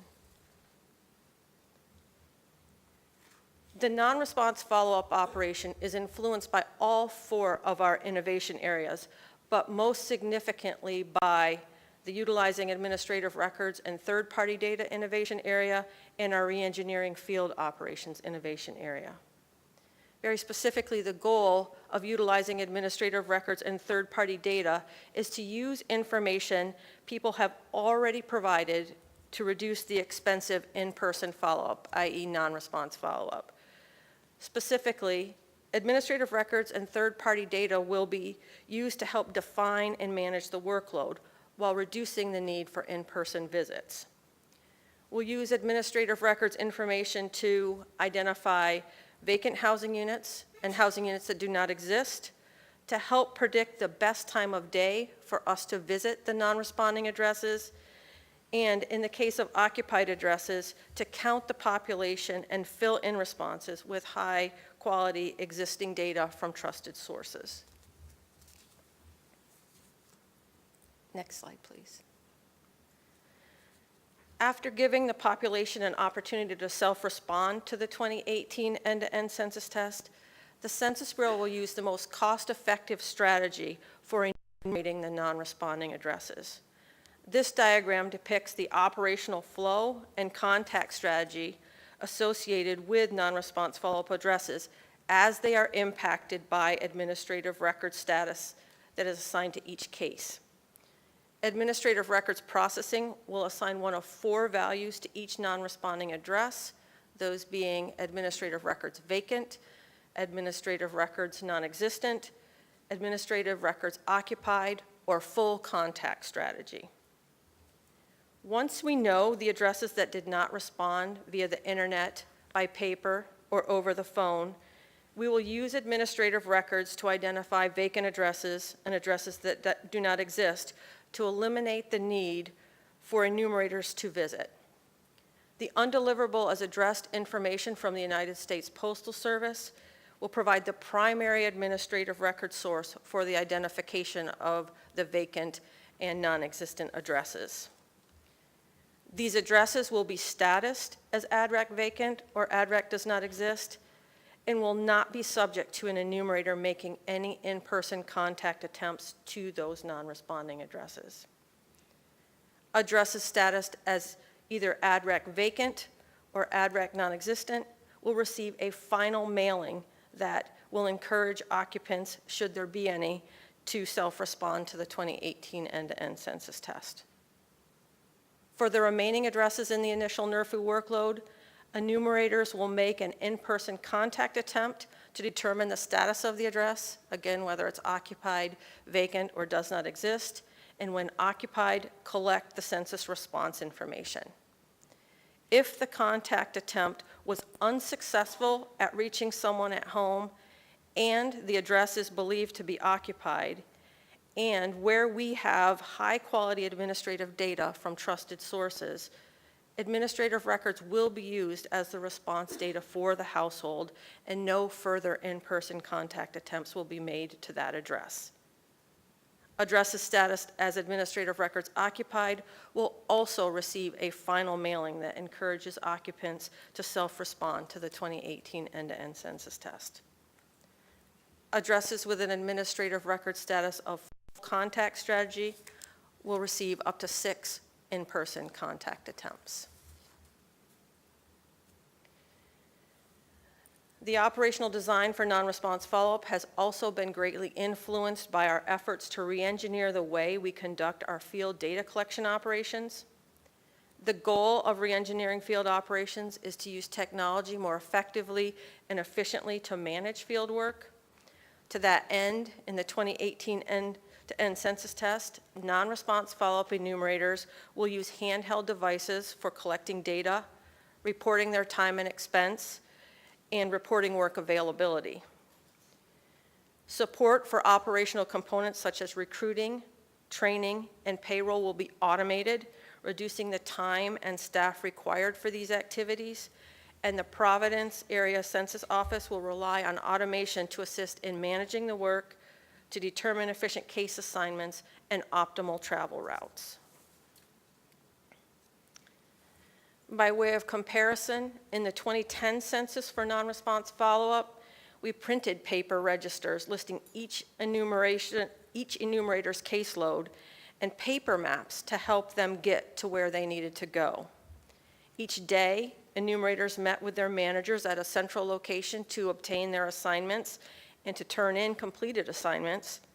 In turn, the manager would transport all these completed forms back to the local census office, where the cases were checked in and then mailed to a data capture center. In 2020, we have streamlined this process with the field operational control system that will push cases on a daily basis to an enumerator's smartphone. The field operational control system and the optimizer generate optimized routes and assignments for each enumerator based on the enumerator's location, their work availability, the best time to contact probabilities, and the location of the non-responding addresses. The field operational control system and the optimizer generate alerts to assist in the management of the operation, providing focus to the managers on specific things the enumerators may be doing. The field operational control system was used successfully in the 2018 end-to-end test. The things that they have learned in that operation are helping to inform considerations we need to make as we move into the peak operations. Overall, the re-engineering of the field data collection operations will allow managers to work more efficiently and effectively. Another significant advancement for the 2018 end-to-end census test and the 2020 census is the use of automated payroll for non-response follow-up. In the 2010 census, non-response follow-up used a paper payroll process. Paper forms were completed on a daily basis by our enumerators. When an enumerator met with their manager, they would submit their paper time and expense reports. Those time and expense reports then had to be keyed in a local census office into a payroll and personnel system. For the 2018 end-to-end census test and the 2020 census, we have automated this process. The automated process was successfully used in the address canvassing test that just concluded. Enumerators will key their start and end times for a given workday. They'll key the total miles that they've driven in a day, and also report any additional expenses such as parking, tolls, and things like that. These electronic timesheets are submitted, and their supervisors using the field operational control system can review and approve the timesheets electronically. Along with the automation of the payroll process, the supervisors will review and act upon alerts that are generated by the control system that identify outlier situations such as potential overcharging of hours and miles. An alert is just one of any number of ways we are building quality into our operational design. Alerts highlight potential problems that supervisors will investigate and discuss with enumerators over the course of the operation. Even though we do our best to encourage and motivate people to respond, we know that not everyone is going to self-respond. So for the 2020 census, we'll conduct non-response follow-up differently than we have in previous censuses. In the 2010 census, enumerators had paper questionnaires that were completed in person with non-responding households. For the 2018 end-to-end census test and the 2020 census, this process is now automated. We have developed the eCase enumeration application that will be used on a smartphone. This enables the enumerators to view their case list and conduct interviews using the questionnaire that has been built into the application.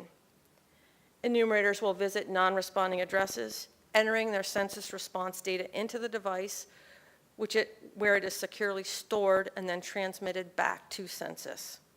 This eliminates the need for the paper and the daily meetings between the managers and the enumerators.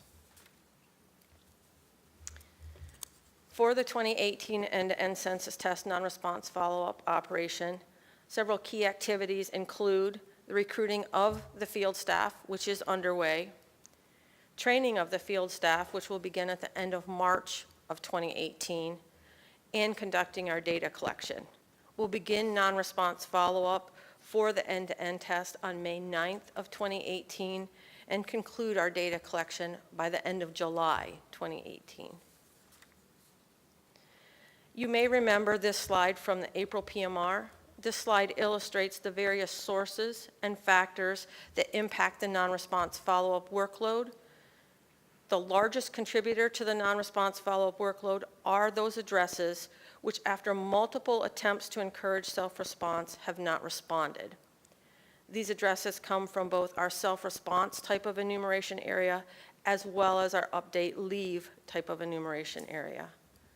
Other additions to the workload include the non-response follow-up re-interview, response validation, reverse check-in, field verification, the February 2018 delivery sequence file, and addresses from our geocoding resolution process.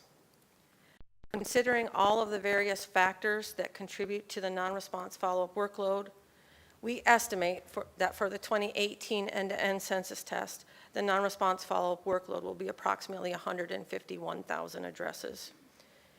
We expect to deploy an estimated field staff of 45 census field supervisors and 1,100 enumerators.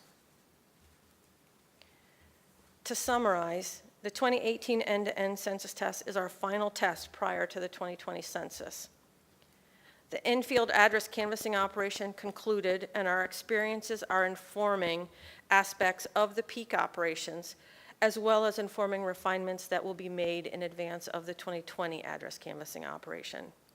The analysis is underway, and we look forward to how the results of that analysis will deepen our understanding about the implementation of that operation. Our planning for the peak data collection operations is on schedule. We look forward to sharing additional information about the peak data collection operations with you in future PMRs. These tests provide invaluable opportunities for us to learn lessons about our operational plans, our system capabilities, and the integration of our operations systems and solutions.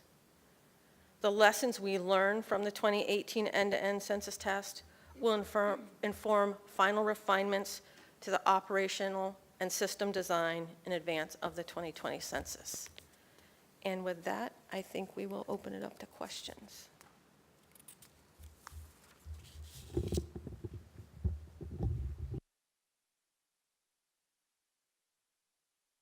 I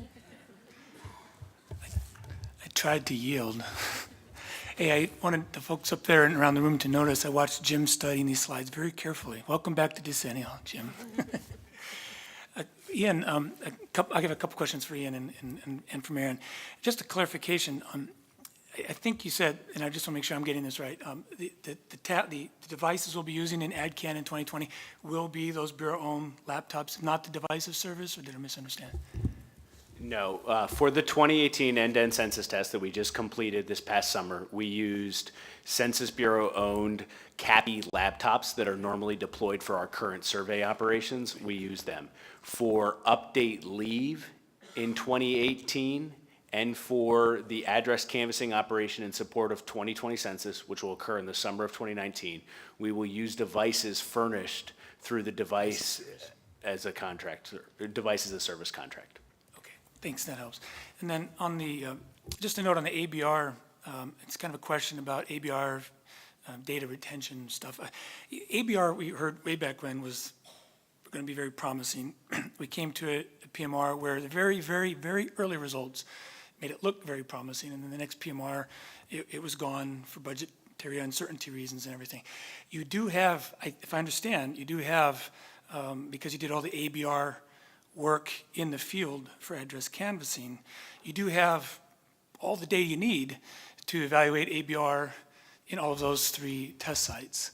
And I just wanted to know if that everything's being done to make sure that opportunity to evaluate that isn't gone after 2020. You bring up a very good point, and yes, when the decision was made to include the blocks that were resolved through active block resolution in the 3 test sites, we also realized that there was an opportunity to use that as an evaluation of ABR to help improve it in the future. So we are looking at evaluating the feedback we receive in the 3 test locations.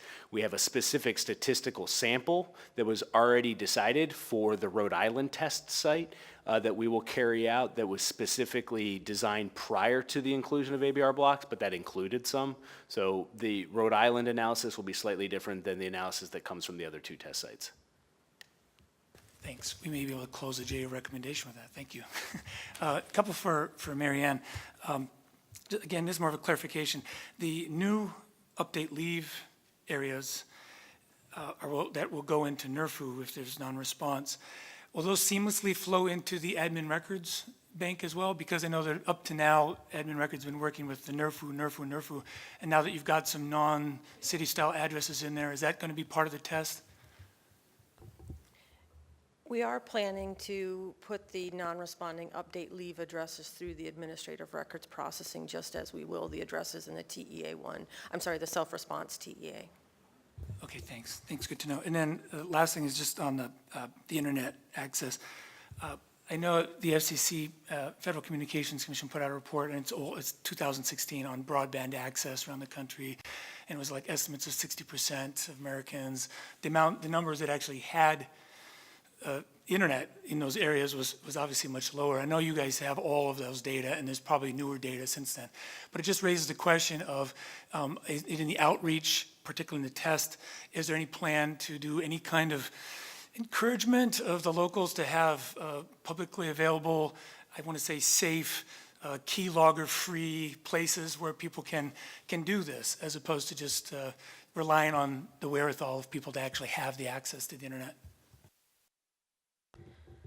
So I don't know that I'm the best person to answer this question. I believe that we have both Alexa and maybe Maria, both Alexa from an internet perspective and Maria from the partnership perspective, that may be able to provide a more accurate answer than I can.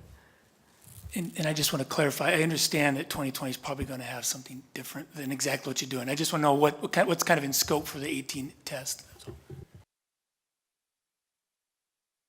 Can you repeat your question so I get more clarity? Yeah, I just wanted to know if in the end-to-end test, if there's any plan for any kind of concerted outreach or promotion, working with the locals, the local governments and other partners to ensure some sort of access to internet for folks who don't have it otherwise. Particularly for the test, we don't have anything related to the IPC. Like the IPC is basically just a general support, mostly from the Census Bureau perspective than from the contractor perspective. We don't have any funding at the contractor level to work with the test. So it will be more like an internal effort from both the Decennial and the communications director. I think, Ty, though, it's worth mentioning, we do have partnership specialists in the Providence area. I'm looking at Jeff because I know it's his region. But there will be some partnership activity there. It's just not woven into the test to be tested. So it will be very different in 2020, I assure you. Thank you.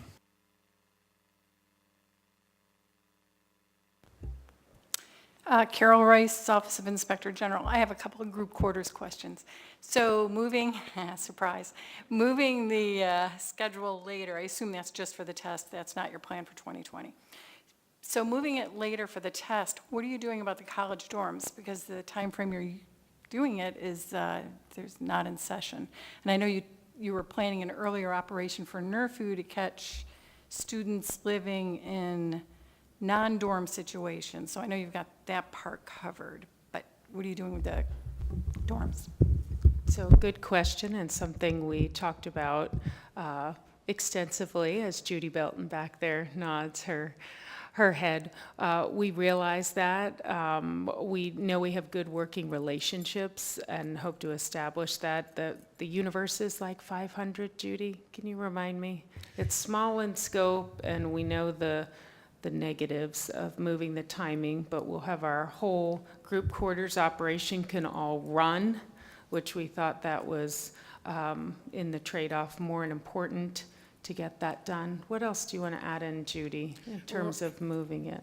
Hi, Judy Belton, Decennial Census Management Division. We did consider the college dorms with the move of having group quarters data collection a little late in the summer. We realized there may be some recall biases, but what we wanted to do was focus on the purpose of the test, and that was to test our systems. There are about 9 colleges in the Providence, Rhode Island area that represents about 154 college dorms. So we realized that some of those dormitories would have residents there, have students there, and we realized that some of them would not. But again, what we wanted to do was focus on the systems for 2018 and being ready for 2020. So we did realize that there may be some recall biases. So. Will you be testing the administrative record, using administrative records to enumerate as well for college dorms, or? When we contact the colleges and universities during the summer, if they will be given the opportunity to provide a method of enumeration. So if they decide that they would want to do e-response will be offered to them. So it's not administrative records as you're thinking of, but it is the facility provided records. They will have the opportunity to send them to us. Thank you, yeah, that's what I meant. Okay, another question on rural connectivity. So you mentioned, Ian, in West Virginia, there were issues. So how are you going to test the new device and a different application for NERFU with respect to rural connectivity? And I guess that's probably more Mary Ann.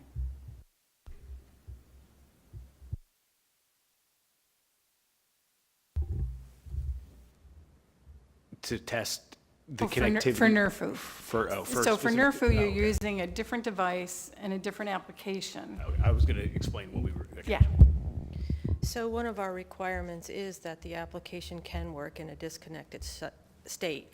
However, what that means is to be able to receive their assignments, they have to be connected at least at some point during the day for them to receive their assignments before they can go out and begin to do their field work. But once they have the devices loaded, or I'm sorry, the assignments loaded onto their device, they can work in a disconnected state to collect the response information for those non-responding addresses. And once they get back into a connected state, the data can transmit. Carol, if I might say, one of the problems we encountered during the address canvassing test in the West Virginia site in terms of connectivity related to actions that went on when the listers were in a disconnected state and the office was not in direct communication with them in terms of managing cases. We've identified that as a challenge, and we've looked at procedures for the office supervisors to communicate with those listers to make sure that we're not sending the same cases out that are already out and being worked, so we don't encounter that duplication. That becomes more a challenge of addressing field procedures as we determine how to communicate assignments and how to look at assignments, knowing that in some areas you will have operations going on in a disconnected state. It's similar to some challenges we have on survey operations today in terms of communicating multiple field reps working the same case to try to get better time coverage. That is usually solved by effective communications between field supervisors and field reps. Things that we've clearly understood how to do on the survey side of the world, and so it's translating that into an effective procedural policy in the local area census offices for the decennial. Okay, one last question. So this is on a key design change for NERFU. You mentioned it includes coverage improvement. What does that mean? So there will be a component that is now incorporated into the entire scope of non-response follow-up that is about the resolution of erroneous enumerations. This is similar in part to the coverage follow-up operation that we conducted as part of the 2010 census. Select cases will be identified based on what has occurred in the data collection for the production cases for self-response, non-response, to identify cases where we think we need to do some additional follow-up to try to resolve what might be going on there, count discrepancies, things like that. All of the workload associated with the coverage improvement cases will be done by an outbound telephone operation conducted via our Census Questionnaire Assistance Center.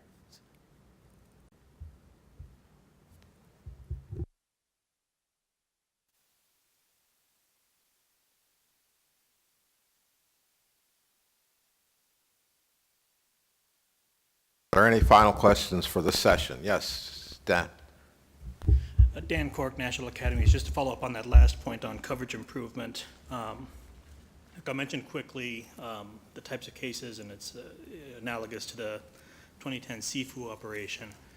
Was there any rough order of magnitude number of cases anticipated in that? And is the addition of outbound calling something that's already factored into the existing CQA contract, or does that have to be added in? So I don't want to leave the impression that this coverage improvement operation is the same as the 2010 coverage follow-up operation. It's not. Our expected workload for the 2018 end-to-end census test is about 5,500 addresses. I do not think we have at this point a workload that we could share with you specifically for 2020. We're still working on the refinements to the operation. In terms of this being within the scope of the Census Questionnaire Assistance Contract, yes, it is within the scope of the Census Questionnaire Assistance Contract. And then just, again, I didn't want to say it was exactly equivalent to the previous operation, and I actually have cheated and looked at the version 3.0 plan that's up on the site now, where it does mention that we'll explicitly not be using administrative records either for determining phone numbers or for detecting coverage problems in coverage improvement.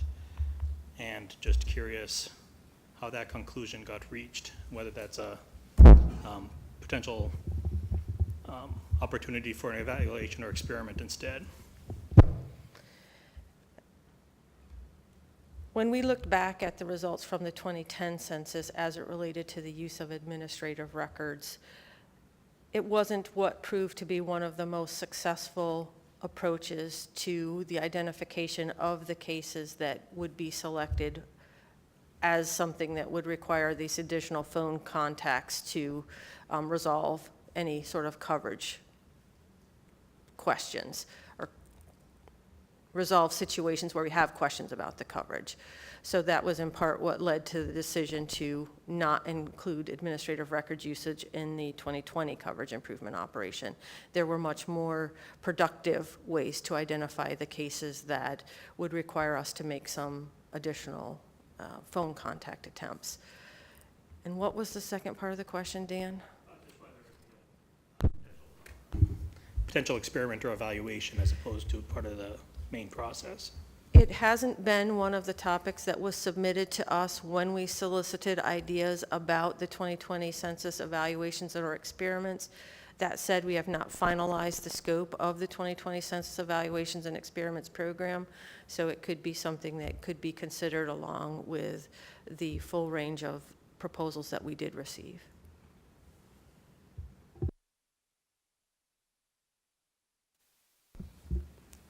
If there are no further questions, I would like to thank Ian and Marianne and Deb for their presentations, and I think they deserve a hand for those presentations. We are running a little bit ahead of time, but that's quite all right. We'd like to give you a break at this point in time. We'd like to resume promptly at 3 o'clock.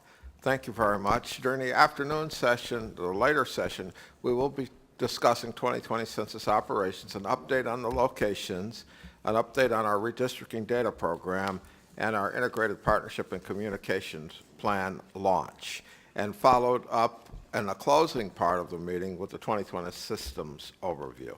So thank you very much. We will see you at 3 o'clock. Well, thank you. I hope you had a good break. We are now going to proceed into talking about 2020 census operations, and I'm going to turn the microphone over to Burton Rice, the Decennial Communications and Stakeholder Relationship Executive, and he will talk about the update on our local area census office locations. Burton? Thank you, Al. We just heard Marianne Chapin talk about the differences in the NRFU operation and the field operations in 2020 relative to 2010. These innovations are quite profound, and they have a huge impact on the field office infrastructure that we are implementing for the 2020 census. These significant changes are going to have a significant impact on the amount of offices we need in their space. Because for all of the reasons that you heard, we don't need as much space within the offices that are managing the census. Today, I want to provide a high-level overview of the factors we are considering as we make the decisions, as we've made the decision about the number of offices we need and where we're going to locate them. Area offices are what we called local census offices in the 2010 census. This is where we manage the field operations for the census. They house the management staff. They house the materials that the staff needs. They house the infrastructure, the IT infrastructure that's necessary for the people who are managing the non-response follow-up, the group quarters, the update leave, the update enumerate operations. Importantly, that management structure, as Marianne has talked about, is now dispersed significantly. It's not housed in the office the way it was in the LCO in 2010. The payroll information doesn't have to be managed any longer in the office. It's going to be managed through automation. Likewise, the case workload dispersal and the case workload retrieval is not going to be happening in the office, where in the past we would have to bring, in 2010, the forms, the paper forms that the enumerators filled out, would have to bring them in and scan in administrative information from those forms and then transport them to the data capture centers. It's a very different looking operation. So moving to the next slide. We're on the first slide, good. The process that we used was to define the number of offices first by looking at the anticipated non-response follow-up workloads. We also took into account management factors, including the optimal number of census takers that we would have in each, managed through each office. For the delineation of offices and for the location and selection of the location for the offices, we considered the anticipated non-response follow-up workloads, but we also considered demographic factors, including the population density and the location of the hard-to-count population, the location of group quarters, and the locations of various geographic factors. So we didn't want an office that had, an office area that had a significant river running through it, for example. We also went through a back and forth process, and I'll mention this again later, but with our census field staff, as we looked at the optimal locations, the right places to be putting the area census offices. A statistical model was used to determine the number of core enumerators needed to conduct NRFU, the non-response follow-up operation, and that really is the driving operation for the location of the offices. The model takes into account such things as NRFU workloads, estimated infield address canvassing workloads, military and American Indian reservation boundaries, the low response scores that we affixed to different population groups in different geographies, and the physical geography itself. We know that there are 55 million housing units that need to be interviewed in the 20, or roughly, we're approximating 55 million households that will be interviewed. And we know that we are thinking that there's roughly 195 cases that will be completed by each enumerator. These are very rough, but that is kind of part of what drives us to recognizing that we're going to need in the neighborhood of 280,000 enumerators. We also know that each ACO will roughly support about 1,100 staff. That's not just the enumerators, but the field staff, the other field staff, and the management staffs as well. We then take into account other issues. We make adjustments for large workloads. We make adjustments for challenging environmental and enumeration considerations and the unique circumstances that different areas of the country, different offices have to confront as they fulfill the NRFU operation. The number and the size also takes into account different factors that I'm going to get to in a minute that, for example, we know we have to have an ACO in each state, at least one. We know that we can't break apart American Indian reservations. They need to stay whole within an area census office location. And we know that we know that there are that we wanted to try to have this, roughly the same amount of workload for every area census office. But again, that varies because there are some areas that are going to naturally have a much higher workload. For example, an area in a very densely populated area of Florida or New York might have a higher workload, a much more dense workload than the workload associated with an area census office in a place like Wyoming, where it's more dispersed. We also included the local knowledge from the regions about how best to place these offices so that they're placed optimally.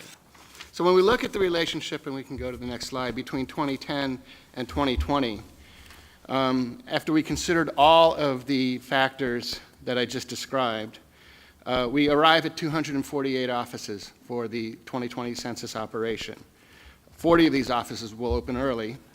They're already being leased. The leasing process for them is already underway.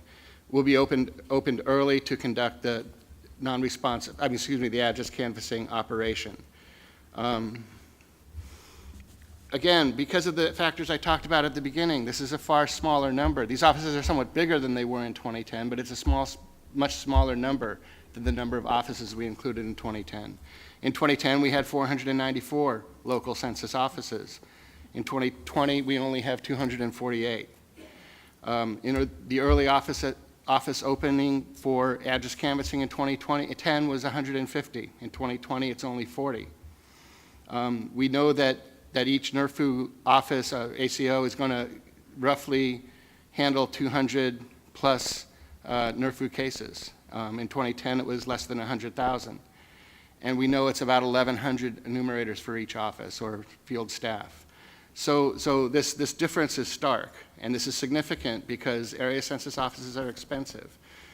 We estimate that an area census office costs roughly $6 million to operate through the duration of the census. So the cost of opening the same number, or relative to 2010, we're saving over $1 billion, close to $1.5 billion in the reduction in area census offices alone. So in choosing then, knowing that we now only have about half as many offices in 2020 as we did in 2010, we then had to figure out where we put them. We established the criteria for the offices and conduct the initial delineation, and then again go through this back and forth review with the field staff and management to arrive at our locations. And there are specific criteria that we have to take into account. We know, as I said, that we have to have at least one ACO per state, and that we can't split Indian reservations regardless of the county or state barriers. When you look on the map outside, you'll see a couple of places where, in particular, like between Nevada and California, Arizona and California, there are a couple places where the ACO does cross a state line. That's to honor holding the American Indian reservation that's included in that ACO intact. We know that we must not split military bases. And then without that, given the exceptions I just cited, we also know that we must not cross state or local boundaries. And then there were other considerations that we took into account. We looked at where major cities and towns were. We know we wanted to locate ACOs in major or near major cities and towns with high population density. We wanted to make sure that the ACOs were sitting where the population is. We wanted to make sure that the ACOs had a natural and logical relationship to where we anticipate hard-to-count populations to live, because hard-to-count populations require a lot more field work and a much stronger census presence. GSA will take into account, as they look for offices, the availability of office space. We want to be close to major transportation networks. And we want areas with a diverse labor force, a diverse applicant pool. Those were driving factors that had us arriving at the places where we're putting the area census offices. This map just shows you the number of offices that we're anticipating for each state. It's a tile map, and you can see by different colors how it breaks out in the regions. If you look to the next slide, we have the number of ACOs by region, with 45 for New York, 36 for Philadelphia, 32 for Chicago, 42 for Atlanta, 50 for the Denver region, and 43 for the Los Angeles region. Again, I mentioned the map. We have a map that shows where these locations are. These specific locations of each area census office, the 248 census offices, will be released in a decision memo that's going out likely on Monday under Al's name. And it will include the initial locations that we've given to GSA for them to begin the process of identifying where there will be offices, the space that they'll be located in, where the space exists. The office leasing process is not super defined. GSA has a lot of latitude moving within our requirements. So you'll see this initial list, but those locations will shift as GSA goes through its process. They're going to balance our requirements against the cost and the availability of the office space that they can identify, that they can secure for us. And then they'll go through a build-out process to establish the ACOs and get them up and running. We have just a few key milestones. By January 18, we'll be opening the regional census centers. Wave 1 ACOs open, I'm sorry, that date is incorrect. I don't know why it's there. My apologies to anybody who balked at that. The RCCs will be open well before January 18. But after January 18. But between January and March of 19, our Wave 1 ACOs will be open for the address canvassing operation. And between July and September, we'll open the remaining ACOs, and then we'll begin closing them in December of 2020. So at any rate, that's just a rough overview of how we're arriving at the number, how we arrived at the number, and how we're placing the area census offices that we'll be using to conduct the 2020 census. Are there any questions?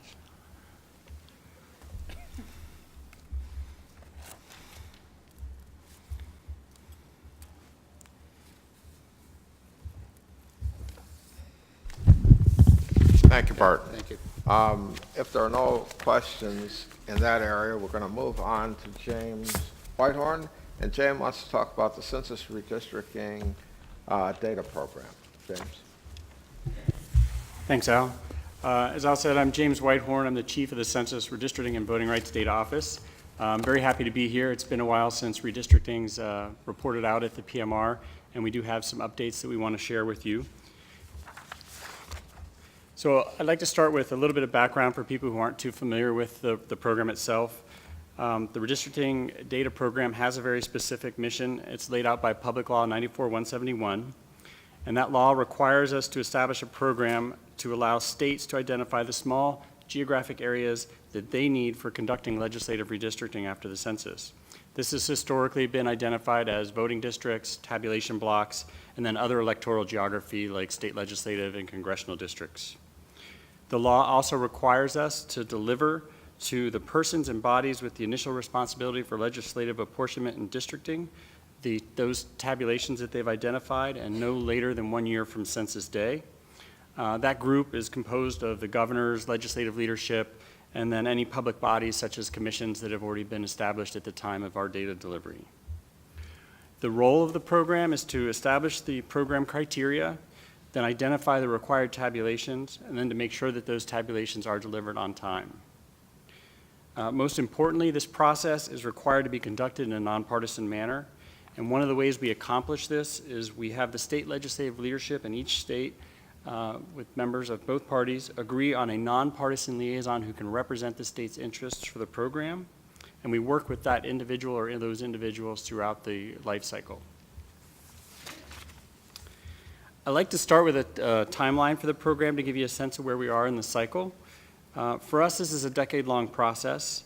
We begin the work on each decade's redistricting data program as soon as we complete delivery of the data from the previous decennial. We conduct focus groups with the official liaisons to understand what worked well and where changes are needed. And we also use this time to review the legal landscape of redistricting to understand what will be needed when data is ready to be released again during the next census.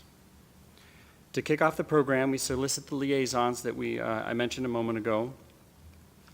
And we were in the midst of conducting outreach meetings with those liaisons and with the state legislatures when we last saw you at a PMR.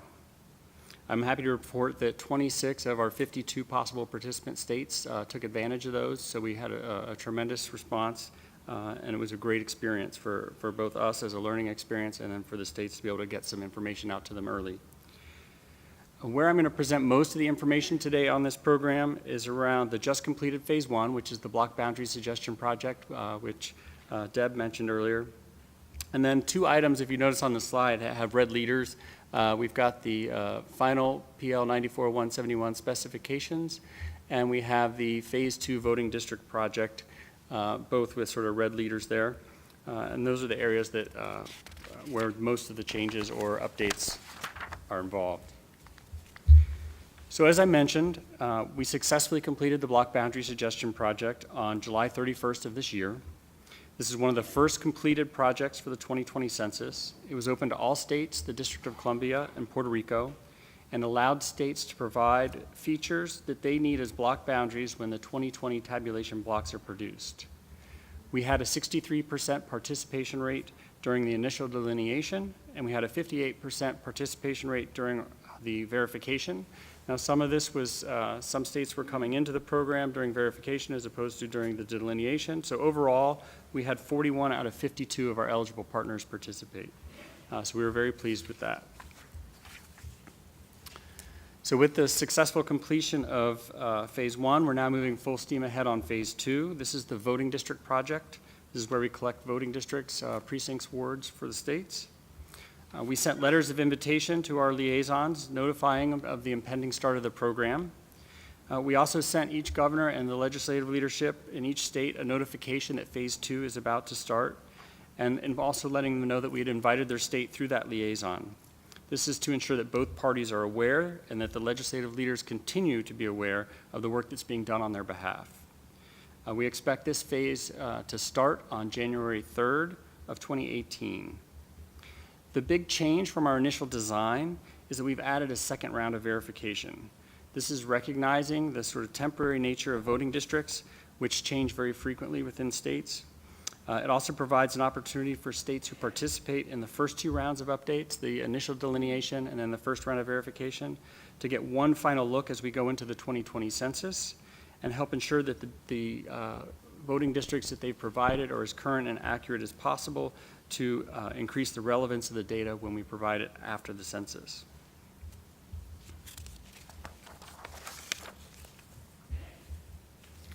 So the second main area I want to address is in regards to our data delivery. We're going to be producing prototype geographic and tabulation data products from the 2018 end-to-end test. We expect to deliver the geographic products in early 2019, followed by the tabulations in March of 2019. As part of this test, we're working with our data dissemination group on methods for an official delivery of the data to our legally required recipients, the governors, legislators that I mentioned before, in an electronic fashion. So that will be part of our test. The geographic products coming from this test will be the standard products we've produced from previous censuses. We'll have the electronic mapping files, otherwise known as shape files. We'll have PDF maps. This will include county block maps, state legislative district maps, school district maps, and block assignment files, which are listings of which tabulation blocks, the smallest geography for which we tabulate data, which tabulation blocks compose different geographies, so which blocks are in a place, which blocks are in my township. What we won't be producing is the crosswalk, the block-to-block relationship files. This is a crosswalk table between the 2020 blocks and the 2010 blocks, since we won't actually have 2020 blocks to do that at the time. Now, as a lesson learned from past decennial censuses, we find it's vital that the Census Bureau produce a set of prototype geographic and tabulation data products to illustrate what the states can expect from the decennial census. The prototype is used to build and test systems in advance of the official data release so that states can begin work immediately, as many have short statutory deadlines that begin with the receipt of their data. As some of you may be aware, the Office of Management and Budget is evaluating a possible revision to the standards under which statistics on race and ethnicity are collected and reported by the federal government. While a decision has not been made on the revised race and ethnicity standards, one issue being reviewed is the use of a separate question versus a single question when asking respondents to identify their race and ethnicity. If the decision from OMB is that a separate question is required, as is currently done, we will use the 2010 design for the 2020 census for the tabulation data products. This is the left side of the table that's up on the screen right now. So this is sort of the traditional redistricting tables as produced for the 2010 census and for Census 2000. However, in order to be prepared for the possibility of a combined question, we're working right now to issue a Federal Register notice, and I just got good news just hours before this meeting that we finally have a docket number, so I would expect this to be published next week. But we have a Federal Register notice for comment that has adapted the data tables to reflect a combined question from the 2018 end-to-end census test. We're going to use this prototype data product to illustrate and solicit feedback on what the PL 94-171 redistricting file will look like being produced from a combined question and how it addresses the needs of the states for their legislative redistricting requirements. This prototype product design is shown by the combined race and ethnicity table on the right up here, and then we'll have more detail in that Federal Register notice. There's an external link on the notice that has a more descriptive table layout, and that should be published next week, hopefully, as I mentioned. So we hope by taking this approach that we're going to be very well positioned to respond to either decision that is made. Now, in addition, you might have noticed at the bottom of the table, we see an additional table in the design. Several states have a statutory need to reallocate specific group quarters populations, such as students, military, or prisoners, within their state before they perform their redistricting. A request for group quarters information to accompany the redistricting data was received in 2010, but it was considered too late to be accommodated. So what we did instead is we produced something called the Advanced Group Quarters file. This is a file that's normally produced in the Summary File 1 data product as Table P42. It's the total group quarters population, total population by group quarters. But we were able to produce that earlier than we would have normally, but we didn't get it out until the end of April. When we did our evaluation with the states of the program, they indicated that this late delivery made that file not useful. Their redistricting clock starts the day they receive the official data, and so they repeated their request in 2020 that we include that, and we've worked to have that added to the official redistricting data file, regardless of which way the question is asked, whether we have a separate or combined question. We should still be able to put this group quarters table on the redistricting data file. And as I mentioned, electoral geography, the state legislative and congressional districts, is also important to the redistricting data recipients. So we continue to collect those boundaries on a 2-year cycle. We just published, when we collect these, if there's changes to the congressional districts, we retabulate the Summary File 1 data product from the previous decennial and publish that data. That data product for the 115th Congress was just published on October 19th on the FTP site and American Fact Finder tool. And we'll do one more collection of these prior to the 2020 census. We'll start this November to collect the 116th Congress and the 2018 state legislative districts. And that's the last collection that we typically will do prior to a decennial census. So finally, as you can see from the milestone list, we've accomplished a lot. There's still a lot to do. And with that, I'm happy to take any questions.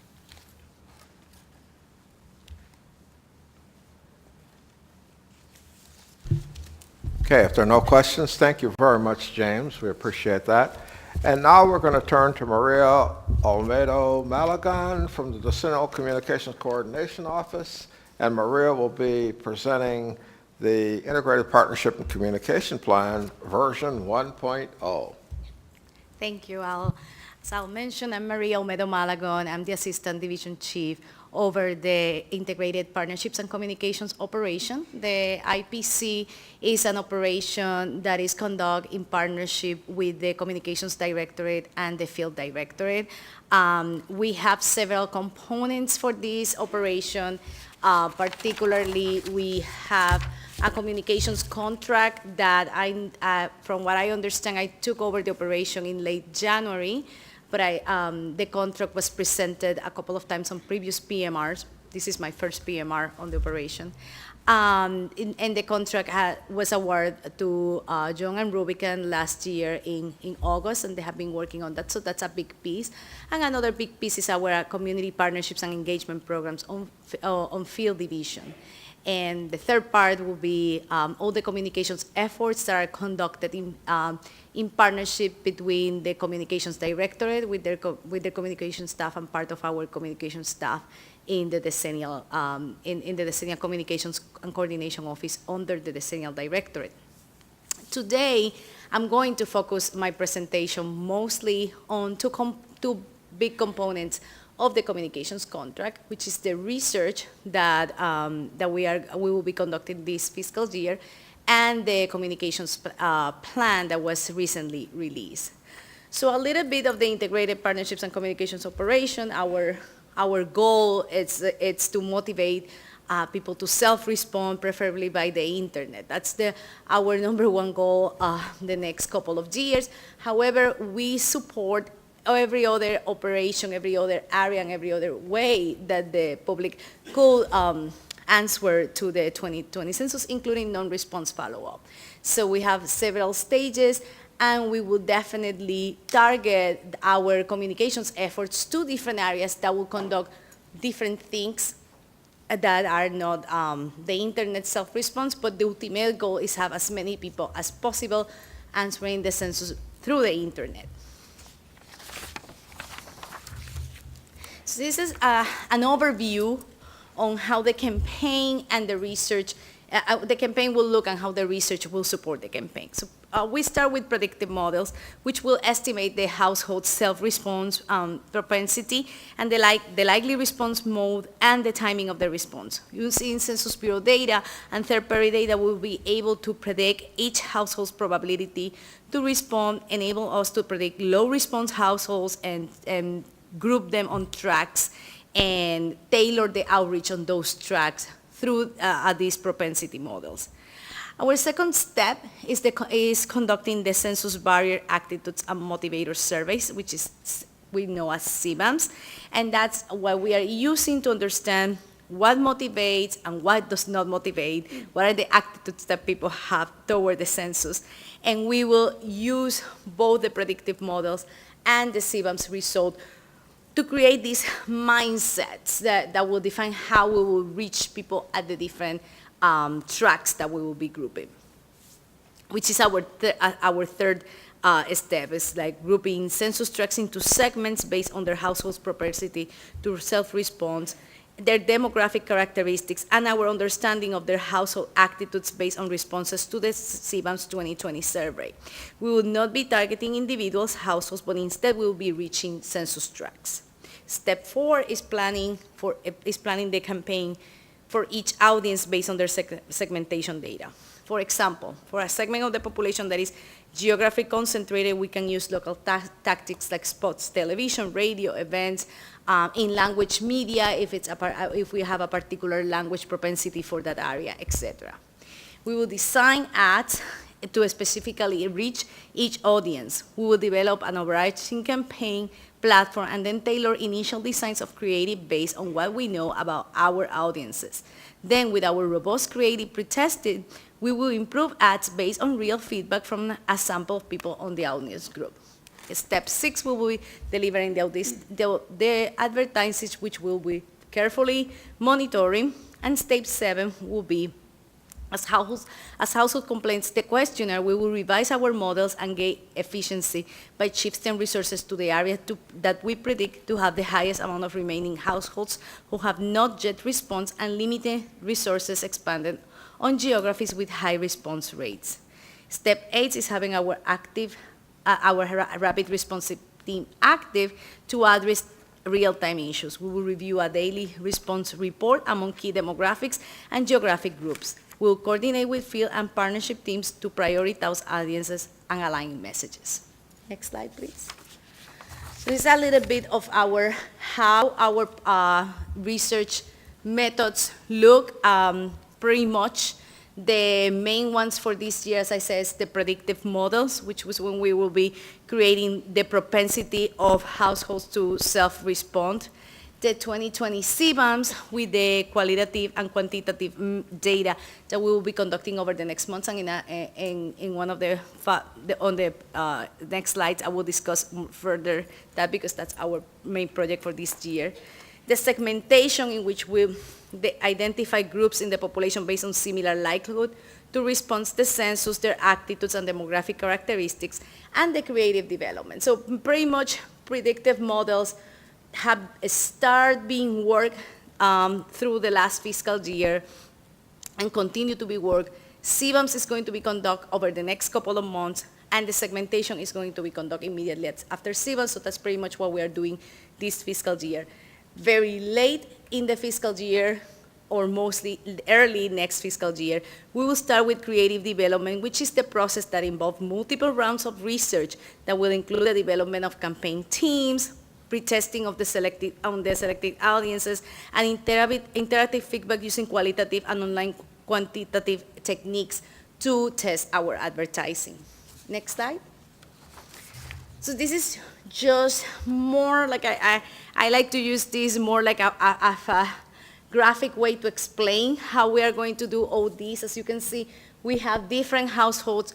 We put households together in tracks in the way that we see what is their likelihood to respond with the modes, the timing of the responses, and then create methods and I don't want to say mini campaigns, but we really target what we are going to be doing with them by track.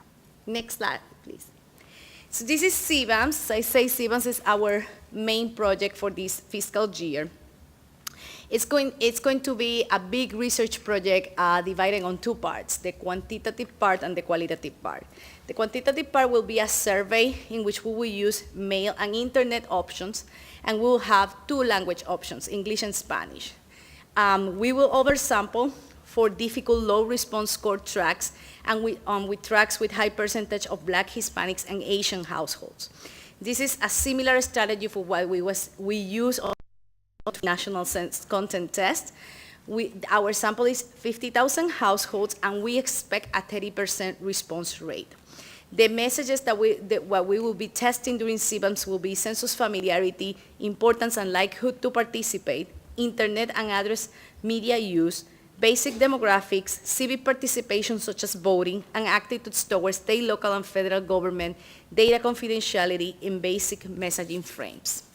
On the qualitative part of CBAMS, we will be conducting focus groups with hard-to-count populations. One of our main focus for the qualitative part is testing with American Indian and Alaska Natives and with Native Hawaiian and Pacific Islanders, because we don't think we will get a good number of those populations on the quantitative part. We will also be conducting research with rural and economically disadvantaged individuals, low internet proficiency individuals, Middle Eastern and North African, and also we will conduct with Black and African Americans, particularly on very hard to count areas, young single mobiles, Spanish-speaking individuals in the US, Chinese-speaking and Vietnamese-speaking individuals. We will also plan to conduct 4 focus groups in Puerto Rico, but as Al mentioned earlier, we have several challenges due to the damage of the hurricane in Puerto Rico. So right now, our plan is probably not conducting the focus group in Puerto Rico at the same time that we will conduct the focus groups in the mainland. Here, we plan to do the quantitative and qualitative parts of CBAMS between February and April of next year. Most probably, we'll wait a little bit in Puerto Rico. And we feel more comfortable launching the focus groups over there. We have already been in talks with New York Regional Office, and I'm very happy to report that they are really trying to help us to find a way that we can continue with the plan and don't leave Puerto Rico untested, because unfortunately we don't have a way to conduct the quantitative part of CBAMS in Puerto Rico, so we are really trying to do the qualitative part over there.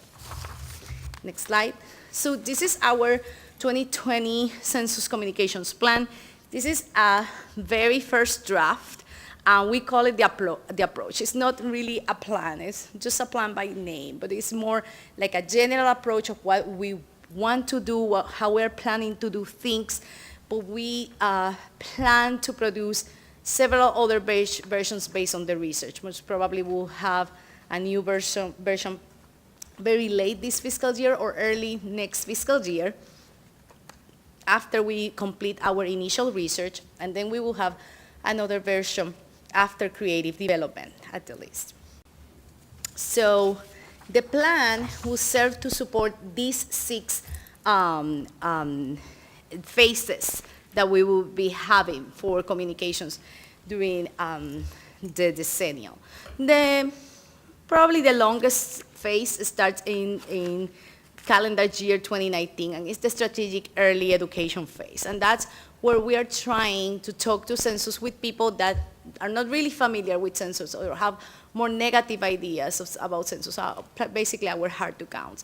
And that's where we are going to use more partnership, particular local and national partnerships, the statistics in school programs, and public relations efforts, more media outreach, trying to get the name of the census out there.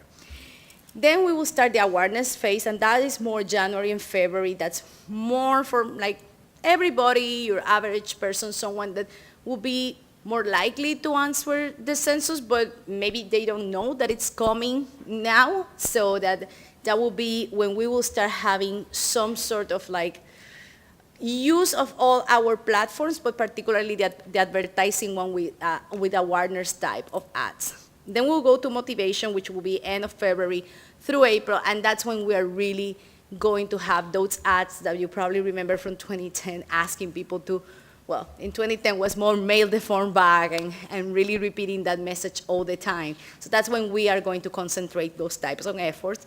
And then we will have the reminder phase. That's the fourth part, and it's the more like, well, if you can, like if you haven't done so, please fill the form. That's also the phase where we start having ads and other communications efforts and encourage people that if you didn't answer the phone, but you get an enumerator in your house, please open the door to the enumerator and complete your census form. After that, we will have short thank you phase between August and the end of the year.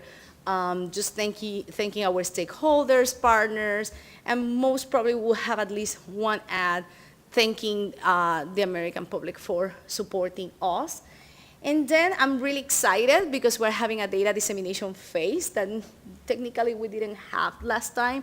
So through the IPC, we will also be encouraging the data and supporting the data dissemination efforts. We will help when we disseminate the final numbers and try to engage our data users in the different forms to use the census numbers.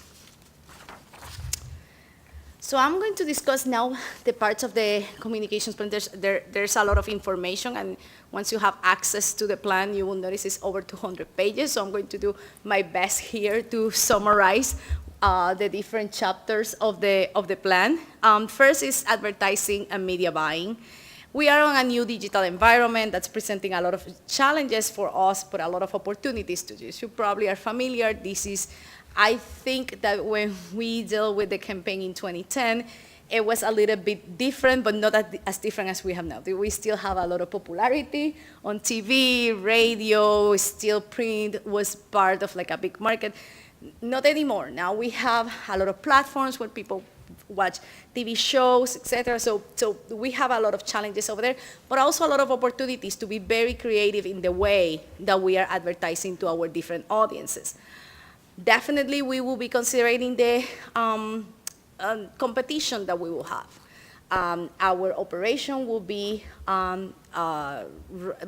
running at the same time that several other things will be running that year. We will have the Olympics. Most importantly, we will be competing with primary season, and that's a big concern that we have.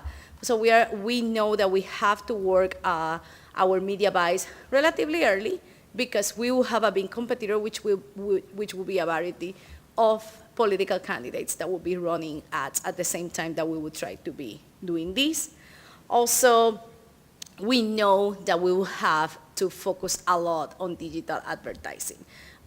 We conducted a test in 2015 in Savannah, and we understand that this work, and with certain audiences, we know that we will have to focus more on digital advertising than in any other platforms that we have available right now. Next slide. The campaign will also be supporting stakeholder relations. We will work to identify to solicit feedbacks and help raise awareness of the 2010 census, ensuring open and effective lines of communication. And that is something that I'm very proud to say that we have been doing already.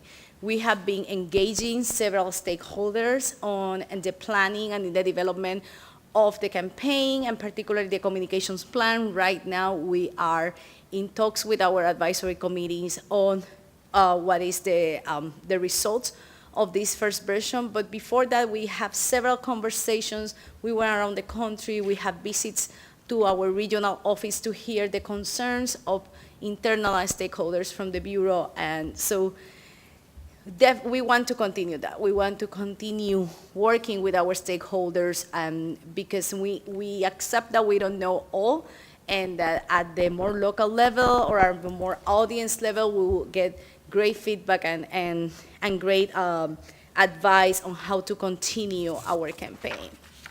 Also, we have the partnership program. And as I mentioned, we have a very strong local, regional, and national partnership program that will be supporting the valuable role that partners have ahead of the 2020 census.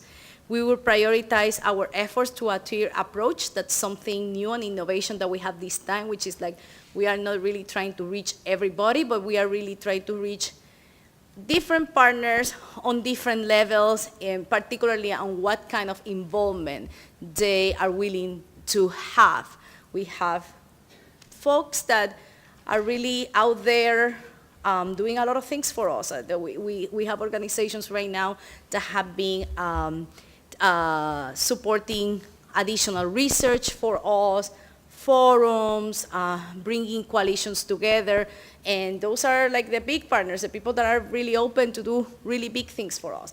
But we also want to support that local partner that is willing to give us a space or provide free Wi-Fi in an area that probably not everybody that has internet to answer the form, or that is willing to go to give us a free table on an event, on a health fair or something. So we want, through this tier approach, help all those local voices that are really willing to cooperate with us, even if it's at a small scale. We will have materials for them, definitely. Budget for promotional materials have been a concern, but we are trying to be very creative on the kind of things that we give, and we're coming with a lot of ideas, and both internally at the Bureau and at the contractor level. So we are very happy with that, because I am sure that we will come with the very neat things that will be innovative and at the same time will be at a low cost for the government. The website is one of our priorities. We are really focused on a mobile-first approach, and we want to tailor the experience to our target audiences. We want to have a consistent user experience that integrate larger parts of the communications campaign and consistent branding through the platforms. We want to make sure that everything has the same look and feel, and that the site reinforces trusted symbols that match the look and feel of the mail package and that reflects what the Bureau stands for. We are also very concerned about cybersecurity, so we are aware of this, and we will be monitoring and we will be building this website hand in hand with our IT directorate. And also, we will be ensuring that our rapid response team in the Bureau have a lot to say on this, because this website definitely will be supporting their efforts. Also, we will be preparing to use the website to what is going to be the phase of data dissemination that, as I mentioned, is critical on what we want to do with the IPC and how we want to direct future communications efforts from the Bureau. We also have social media, which will be also key. It will offer us the unique opportunity to personally engage with the public. We will leverage our existing census channels and develop innovative approaches to promote recruiting efforts, enhance customer service, support digital and on-the-ground events, raise awareness, drive response, and disseminate data. We know that we have a rapid changing environment. We know that there is different social media platform probably every 6 months. So we are right now not really connecting with anything in particular. We have some ideas of what we want to do. Definitely the Bureau is involved in several platforms right now, like Facebook, Twitter, Instagram. But we know that something new could come. So we are waiting to see how we can connect social media with our hard-to-count audiences. Part of what we're doing with this research is trying to find out what they are using and where it's better for us to concentrate our efforts in terms of social media. Also, we want to align with other federal agencies' protocols and innovations. There's a lot of people doing a lot of really cool things in other federal agencies, and we really want to learn what they are doing and try to copy those efforts for us. And the real-time customer experience, that is something that is key for us. Like, one of the things that we want to do is to have our social media on as much as often as we can. Like, provide responses as quickly as possible to the public. It's key for us in this effort. And then public relations and events and crisis communications. It's a changing environment. It's a changing environment for paid advertising and for media buys. Also a changing environment for public relations and how we have done media outreach before. The several news groups have closed or they have joint efforts. So we definitely have sometimes less big media companies to reach. So we are in competition with other with other topics, with other agencies, with companies all the time. It's the same thing that I mentioned with paid advertising. We will be competing with the primary seasons to get our spot. So that's something that we have in mind. At the same time, we have quite a bigger environment. We have now a lot of smaller media or digital media or the way that YouTube, Facebook, and Twitter engage in that environment. So that provides a challenge because it's something that we have mostly not done before, but also an opportunity because these are very edgy ways to disseminate our information that I am sure that we can take advantage of. We have rapid response activities, and I'm happy to report that this is something that, as the research have already started, we are slowly but surely putting our rapid response plan and our rapid response team, and we plan to have this team working as a very well-oiled machine by the time 2020 is here, so we can optimize and respond to any issues that we have, to any low response areas that we have in the country, and also to any opportunities that could raise through the campaign. And the Statistics in Schools program that after the last census became an evergreen program, and it have been working beautifully, so we really want to build a little bit on what they have been doing. We will have some changes from last time. We have shorter, more flexible activities, and we will be aligning in the school curriculums. We will not be trying to jump and be part of the school curriculums. We understand that schools have federal and state requirements, and it's difficult just to try to make teachers just focus on census, but we are finding creative ways to mix current school curriculums with what we want to do to disseminate our message with school kids. Also, we will be reaching at home schools educators, which are key these days, and we also be focusing on the development on a Statistics in School website during the campaign. And we have the field recruitment and advertising communications, that's something else that at a smaller scale than research, but that we will be working this fiscal year through hyperlocal and national campaigns and creating a one-stop recruiting research 2020 Census Jobs website. It will be large, mostly a digital recruiting effort. As I say, it will be super local, and it will be integrated with the whole 2020 Census campaign. And last but not least, data dissemination. As I say, the Bureau is building a new platform in-house to disseminate data with SetSite. So our data dissemination efforts at the end of the campaign will be very linked with what SetSite is and how we can support these efforts of data dissemination at the end. So on our last slide, we have milestones for the campaign that we have completed through the last year. Our big milestone, as I mentioned, is the Census Barrier Actitudes and Motivators study that we'll be conducting over the next month. We expect to have some results next summer, so late next summer, early fall, so probably next year, like 1 year from now, I will be here discussing the results of the research with you. If you have any questions.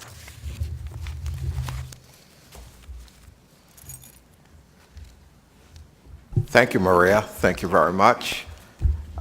At this point, we are going to move over to the 2020 Systems Readiness portion of our presentation, and that will be presented by the chief of our Decennial Information Technology Division, Autry Kaluri, and by the CEDCAP Program Manager, Patricia McGuire. I would like to welcome Patty formally again into partnership with the 2020. She's always been a partner. She's been working together with us, but now she's formally part of the 2020 Decennial family. So welcome, Patty. Thank you. Thank you, Al. Good afternoon, ladies and gentlemen. Patty and I are happy to be here to discuss the decennial census system's readiness, including the key census enterprise data collection and processing systems. I'll go over the readiness of systems for the 18 end-to-end census tests, followed by the readiness of systems for the 2020 census. Patty will then give an update on the readiness of the CEDCAP systems to support the 18 end-to-end census test as well as the 2020 census. Well, as you already heard, the 2018 end-to-end census test has begun. Based on the release schedule, we successfully developed, released, integrated, tested, and deployed systems. First, for the recruitment of address listers and staff in the area census offices, the census field supervisors and managers. Second, for training the address listers and the area census office staff. And third, what we call as Release A, to conduct the address listing operation. We are now in between field operations of the 18 end-to-end census tests, but successfully completed the address canvassing operation at all 3 sites. There are quite a few accomplishments from a systems perspective so far, which will help further streamline the efforts for next set of releases to support the next set of operations. We integrated the system of systems for each of the 3 releases with the involvement of the technical integrator. This is the first time that the technical integrator staff are involved in the integration, test, and deployment activities, as they were onboarded in August of 2016 and could not be involved in the 17 census test activities. I mention this because the integration of the integrator with the census staff is critical for the success of the 2020 census IT program. And the 2018 census test is the last opportunity for us to test the established processes and procedures before we switch gears and get ready for the 2020 census. We proved in multiple processes, including architecture and design management, coordination of timely releases, adoption of DevOps environment, configuration management, release management, integration, testing, acquiring authority to operate, systems deployment, and operational monitoring through establishment of operation centers, the NOC and the SOC, the Network Operations Center and the Security Operations Center. It was important for the development teams to get familiar with the integrator and work together with them to understand and follow the established procedures to get to an integrated, tested, and secured product. In less than a year, the integrated staff from Government Program Management Office, CEDCAP program, system projects, systems engineering and integration, telecommunications office, CSVD or Computer Services Division, Office of Information Security, and other divisions from IT Directorate, Research and Methodology Directorate, Econ Directorate, and of course the Decennial Directorates, Technical Integrator and Pegasystems working together in Greenbelt and here in headquarters have delivered and continue to deliver needed solutions, embracing the 2020 census effort as an enterprise effort. Bringing them all together is critical for the program to succeed, and as you can imagine, it takes time for such large teams to work as an integrated unit. While we did have initial challenges as expected, we are working much better together, and we are well on our way to support and deliver systems for the next set of 18 end-to-end census test operations. It's important to note that we are deploying the solutions for the 18 end-to-end census tests with the notion that the same solutions, to the greatest extent possible, will be used for the 2020 census. Of course, scalability-related updates and/or enhancements based on lessons learned in the 18 end-to-end census tests to the solutions may probably be needed before final deployment for the 2020 census. Onboarding the integrator also meant establishing and fine-tuning the governance processes at various levels of authority so that decisions can be made quickly and efficiently, and if needed, escalated appropriately. Through the release of systems so far for the 18 end-to-end census tests, we have seen the established governance processes working well across the enterprise and beyond, and it's fair to say that now we are successfully following the governance processes more than fine-tuning them. What you see on the screen is the solution architecture for the 2018 end-to-end census tests. We are developing, deploying, and executing systems in support of the 18 end-to-end census tests operations based on this architecture. While I'll not go over the entire architecture now, I'll highlight what we have done so far as part of the address canvassing operation and its relevance to the 2020 census. We are following a hybrid approach to deploy systems. We are using a cloud and a data center in Bowie, Maryland. I presented at the last PMR what systems go where and what it means to use a cloud solution. We made informed decisions, keeping in mind the scalability and availability requirements for our systems, and which of the two ways, cloud versus Bowie data center, would give us the best possible outcome for each system. For address canvassing operation, you see the selection on the screen. We conducted in-office address canvassing in all of the 3 areas of the test. The system used is BARCA, the Block Assessment, Research, and Classification application, to classify active blocks in MAF-TIGA for all of the 3 test areas. The geospatial services were consumed successfully by the users of BARCA at headquarters and National Processing Center, NPC. MAF-TIGA went through the regular processes that applied updates from Postal Service using their delivery sequence file, and also updates from our partnering governments using their geospatial files. We benchmarked the 3 test areas of MAF-TIGA, created master address file extracts, GRFCs and ENDs, the geographic reference files, names, and codes, and delivered them to the dependent systems.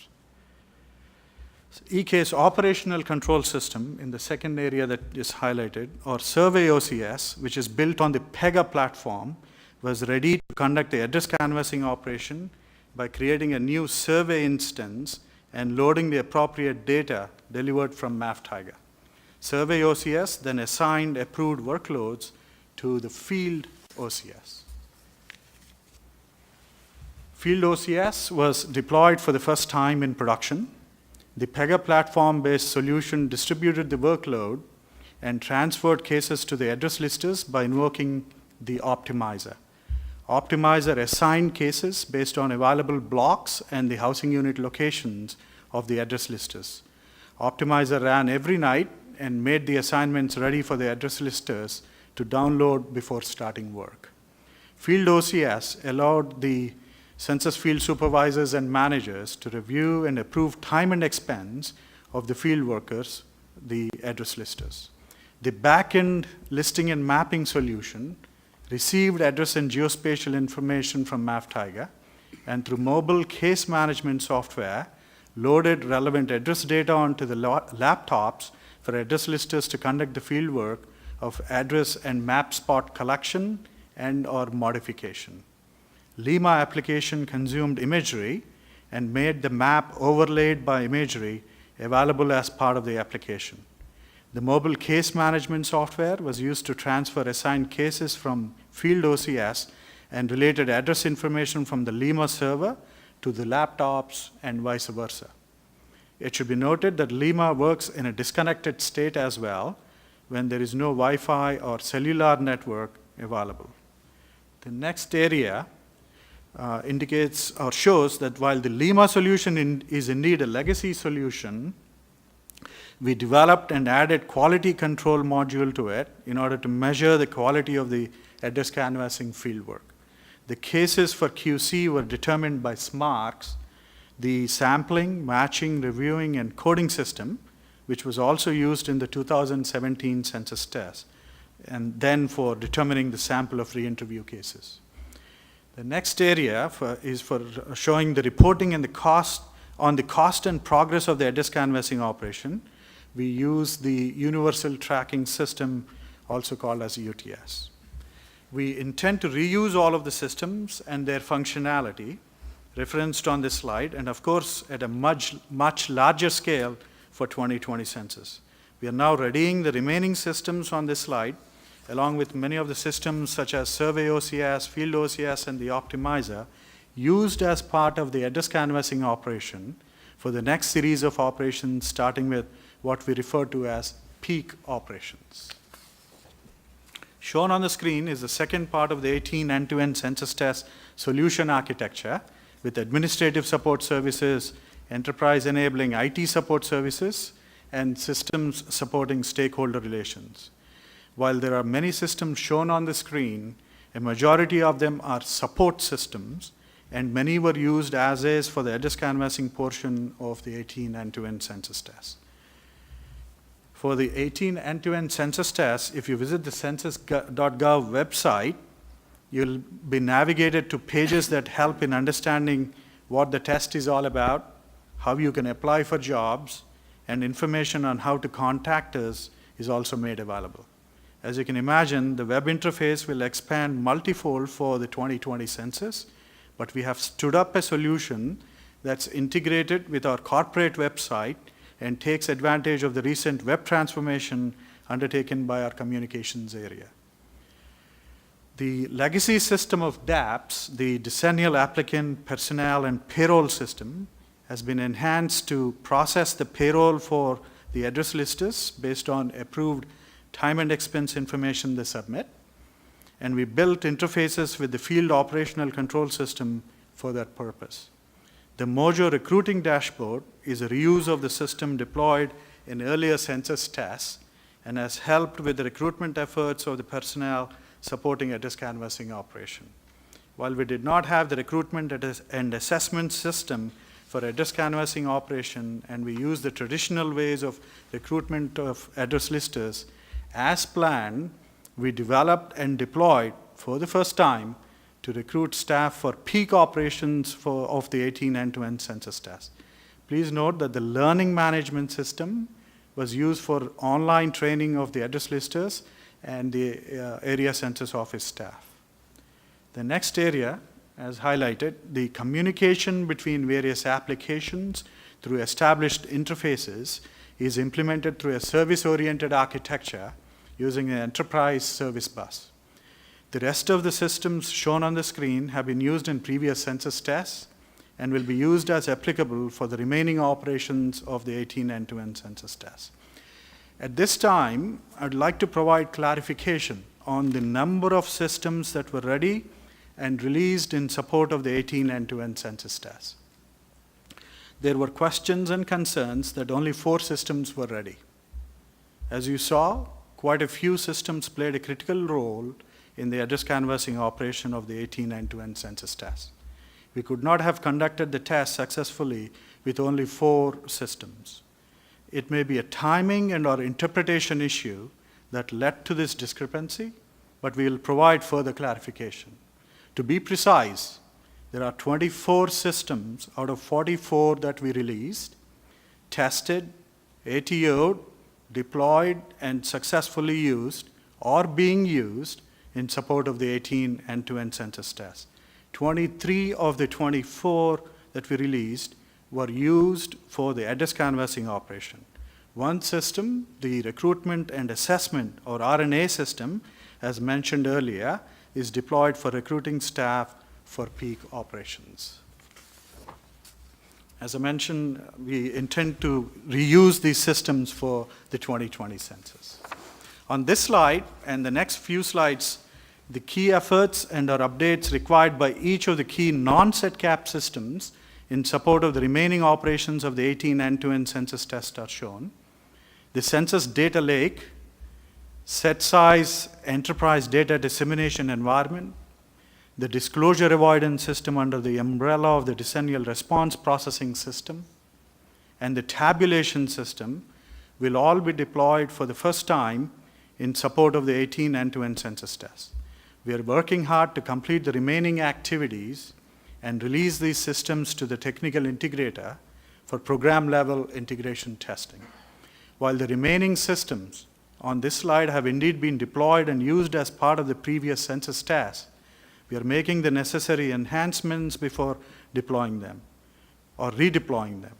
Two of these systems, the fraud detection system and the intelligent postal tracking system, are being enhanced by our technical integrator.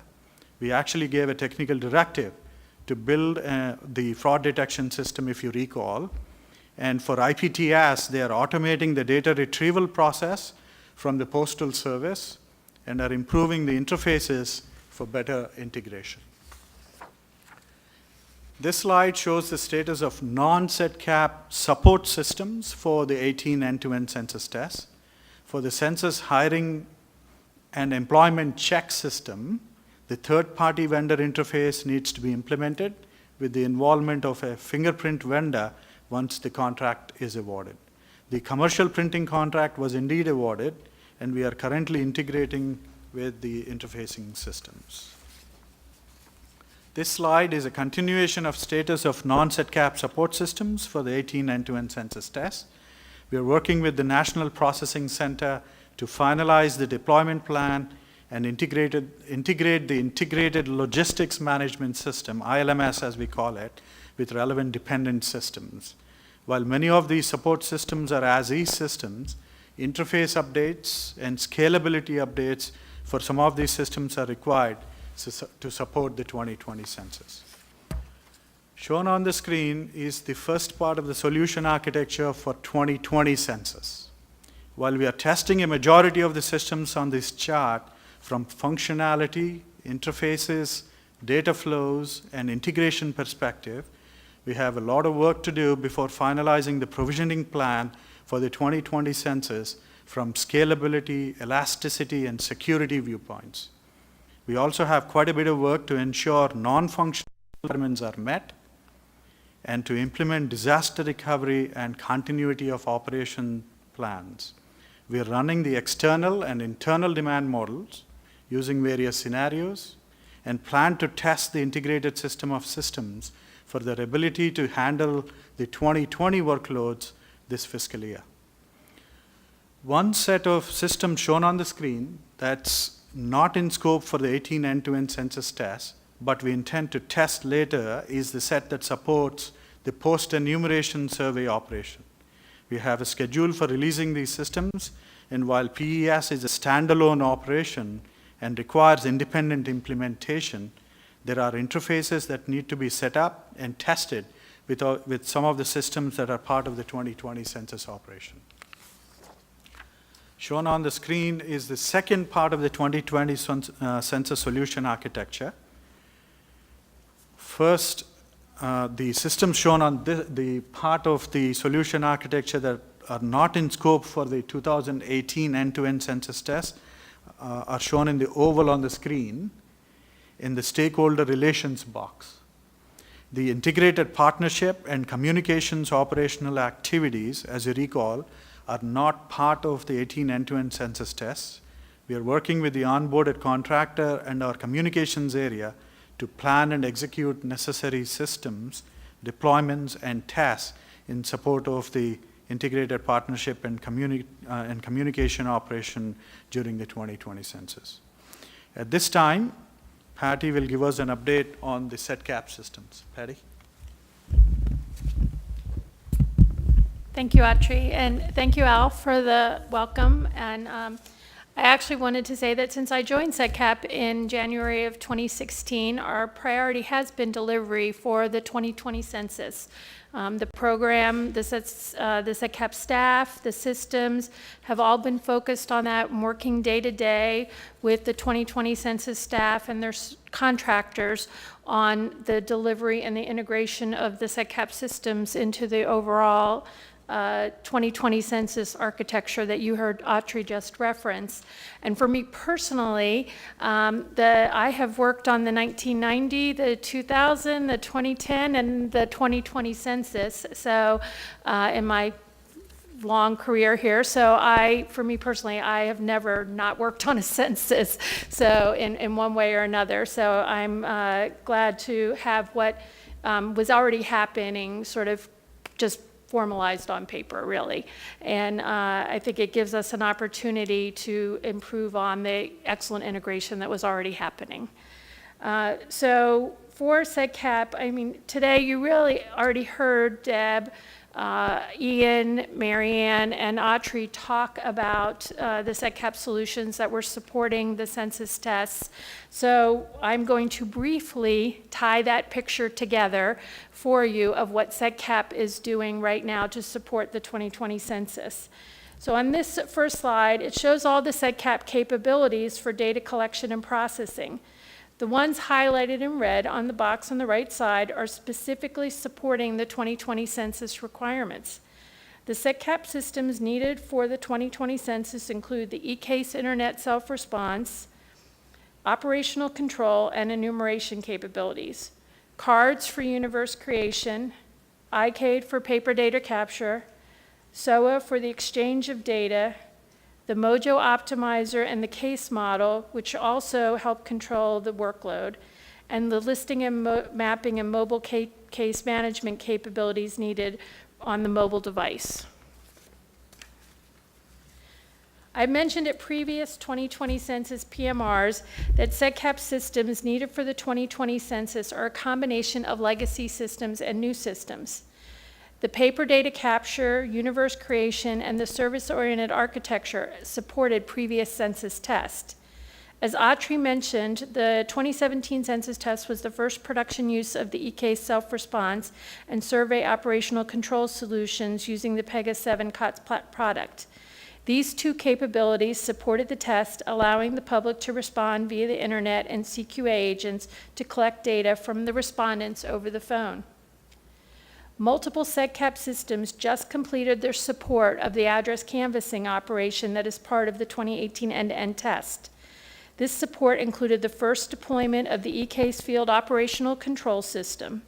Other systems that supported the test included the Mojo Optimizer, SOA, the eCase Survey OCS, and the legacy listing and mapping system called Lima. It's important to note that these same systems deployed in the 2018 end-to-end test address canvassing operation will also support the remaining 2018 end-to-end test field operations and the 2020 census address canvassing and field operations. As of today, all but one SEDCAP system has been used in a previous census test. The 2018 end-to-end census test is the first deployment of the eCase enumeration application for non-response follow-up operations. A key point, though, is that this delivery of the system and all of eCase follows an agile methodology, with the 2020 census product owners from Decennial Census Management Division documenting the user stories and seeing and accepting the functionality in 3-week sprints. And they are on track to deliver that functionality for the integration testing in December. CASE, or the Concurrent Estimation and Analysis model, enables the Census Bureau's adaptive design methodology for data collection. We've actually used the modeling portion of the CASE solution in the 2014, 2015, and 2016 census test. However, the deployment for the 18 end-to-end census test will be the first use of a new computing environment. Modifications of the SEDCAP solutions for the 2018 end-to-end test, self-response, and field operations is ongoing based on lessons learned from the previous test and additional requirements for the test. This includes addressing bug fixes and addressing any lessons learned. So I think you heard Ian mention some of those during his presentation. For example, we are examining the business rules for the Mojo Optimizer based on observations made during the address canvassing operation. So besides providing the functionality needed for the 2018 end-to-end test in 2020, the SEDCAP systems are also focused on designing solutions that scale to meet the workloads of 2020. In May of 2016, the Census Bureau, May of 2016, the Census Bureau made a decision to use the COTS product Pega 7 to provide some of the data collection functionality. and we're using this product for eCase. The decision also included a recommendation to conduct performance testing of the eCase platform to ensure that it could scale to meet the 2020 census demands. So the 2020 census program and SEDCAP have completed their initial performance testing of the ISR application. And we did that in conjunction with the technical integrator, and we're currently reviewing the results with our leadership, and a decision on the use for 2020 will be coming out soon. So today I've just given a very quick update on SEDCAP. The SEDCAP systems have supported the 2020 census work since SEDCAP began in 2015. They've helped Census prove in their operational design concepts. Many of the systems are either legacy systems or have been used in the census tests already. And really, there's only one new system, and it is set to deploy for the 2018 end-to-end test field operation, and that's the eCase enumeration application. So all SEDCAP solutions are focusing on completing their development and testing and are on track to deliver on time.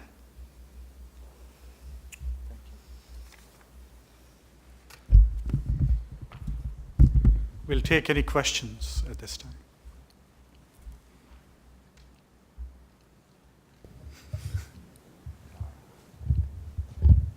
Ty, yes. Yeah, thank you. Yeah, did we hear correctly, Audrey, that the fraud detection system is on schedule and to be used for the 18 end-to-end test?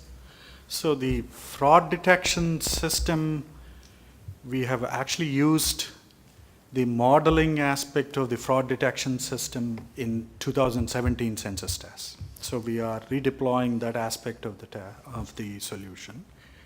We intended to enhance that system for 18 end-to-end census tests, but we made a decision to continue the development, but not make the solution part of the 18 end-to-end census tests.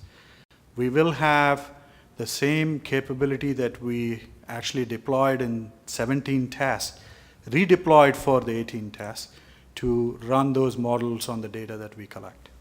So, Thank you. And I don't know if this is a question, maybe back on the decennial side, related to the systems. The schedule's really tight, right? We know that, you all are living that, but are there any other contingencies for any other, is there any room for any other delay in any of the field work that may be depending on systems that are yet to be deployed for the end-to-end test? Is there any, I mean, is there an off-ramp? Is there, I mean, we know that like the group quarters might have got delayed, but is there anything else that is kind of, that you can absorb, or are we kind of all in here for the end-to-end test?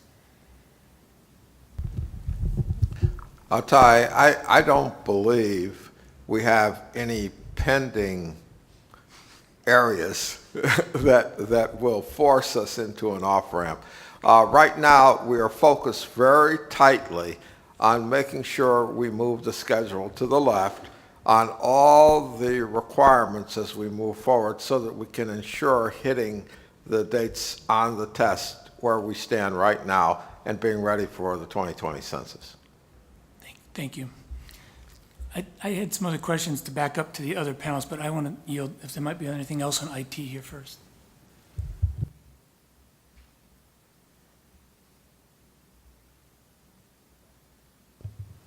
Okay. I wasn't quick enough with my button earlier, I'm sorry. Backing up to, actually to Maria, it sounds like you've been doing an awful lot of work. That's pretty admirable. I've got a couple of questions. One real simple.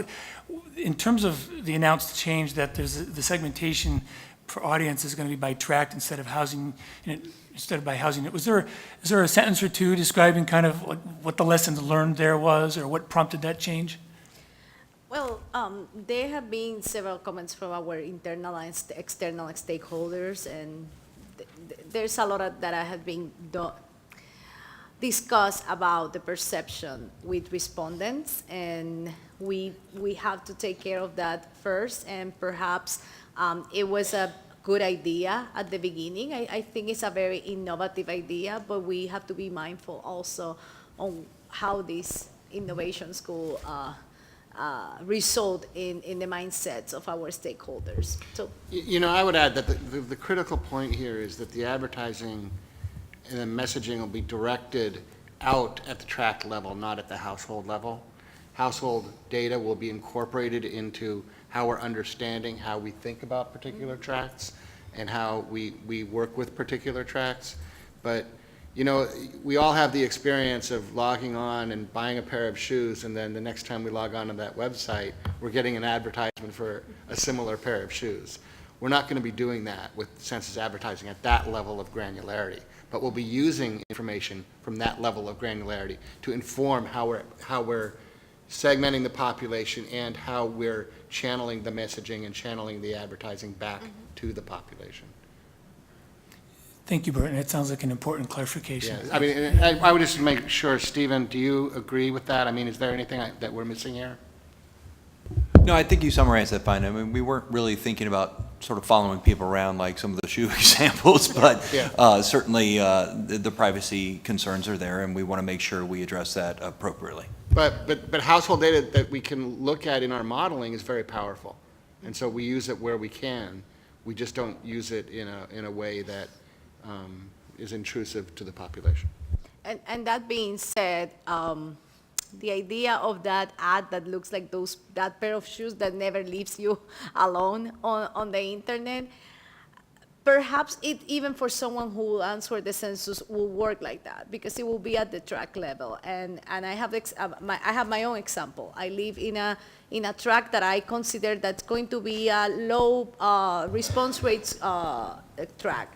So most probably, well, I will fill my form really quickly. I should, if not I will get in trouble here.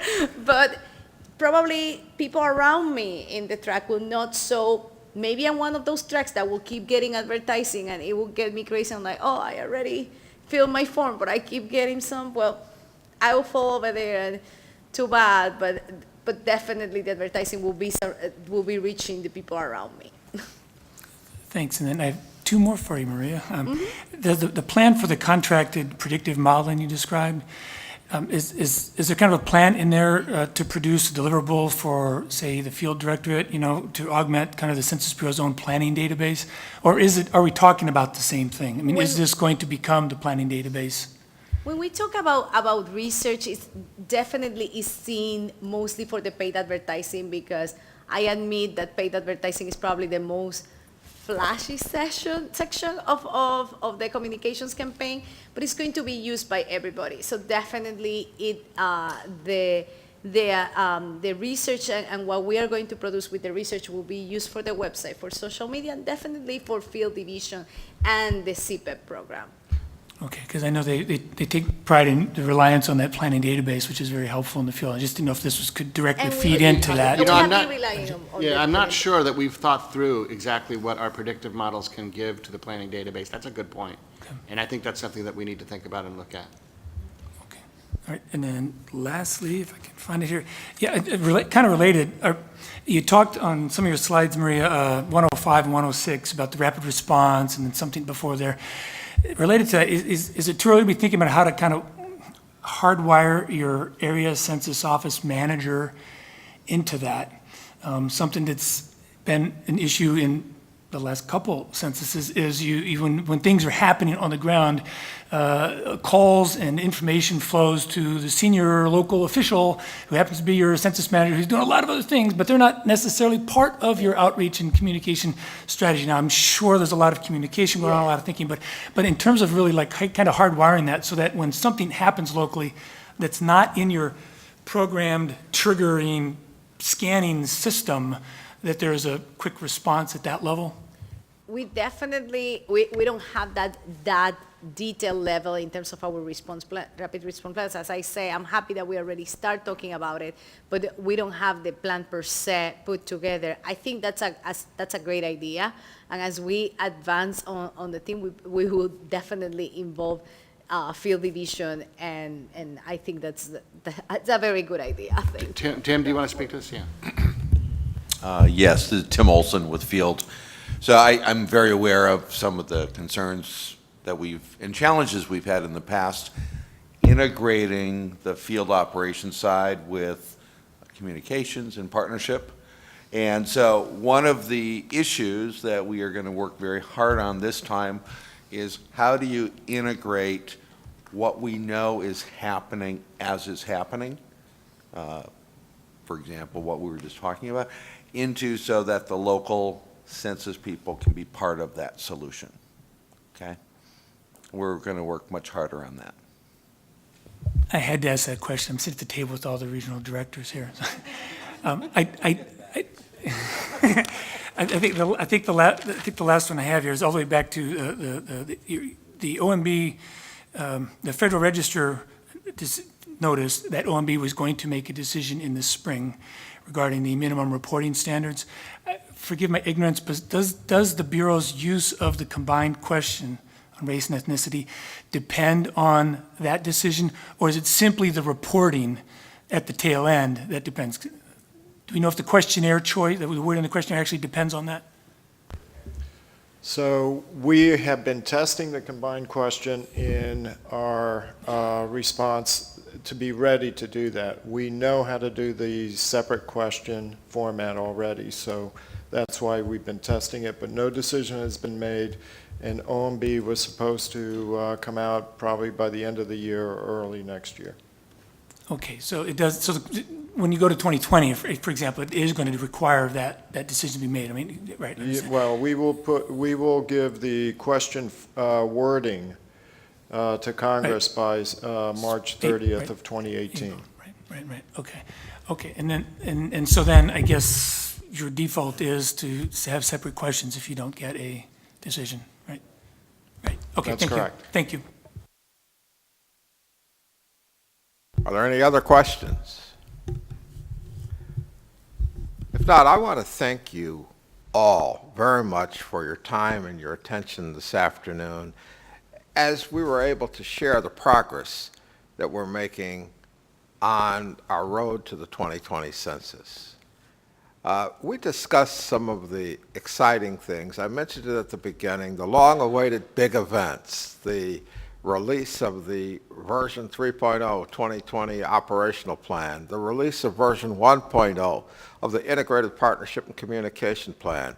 And while those plans took significant efforts to develop, to evaluate, to finalize, to write, and to review and release, they are plans.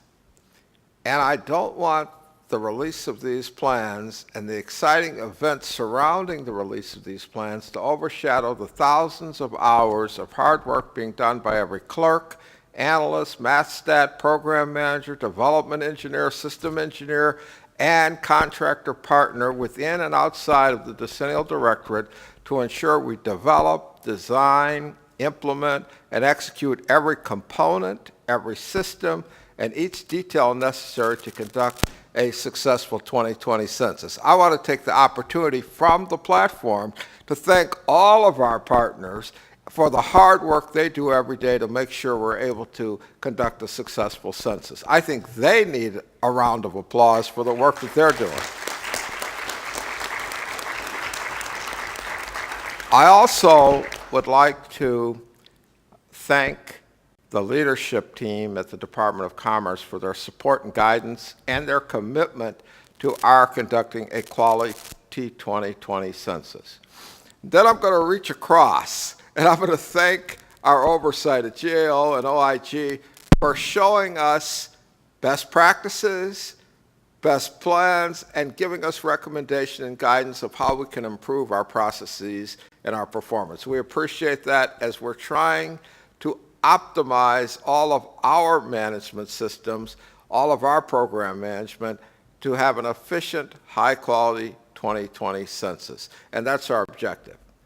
Now, just for a peek behind the curtain, our next PMR will be in January. We have not finalized the dates at this point in time, but among some of the things that we would like to spend time with you on is a good demonstration of our enumeration instrument. We want to show you what we're using in the field and demonstrate that enumeration instrument. I'm maybe springing that on my technical side down there, but that's something that we really want to be able to show you in January. We also want to walk you through our recruiting hiring system C-sharps. Now that I'm not springing because we're in production. We actually are getting people applying for jobs in C-sharp and online with that program right now. We'd like to show that and demonstrate that.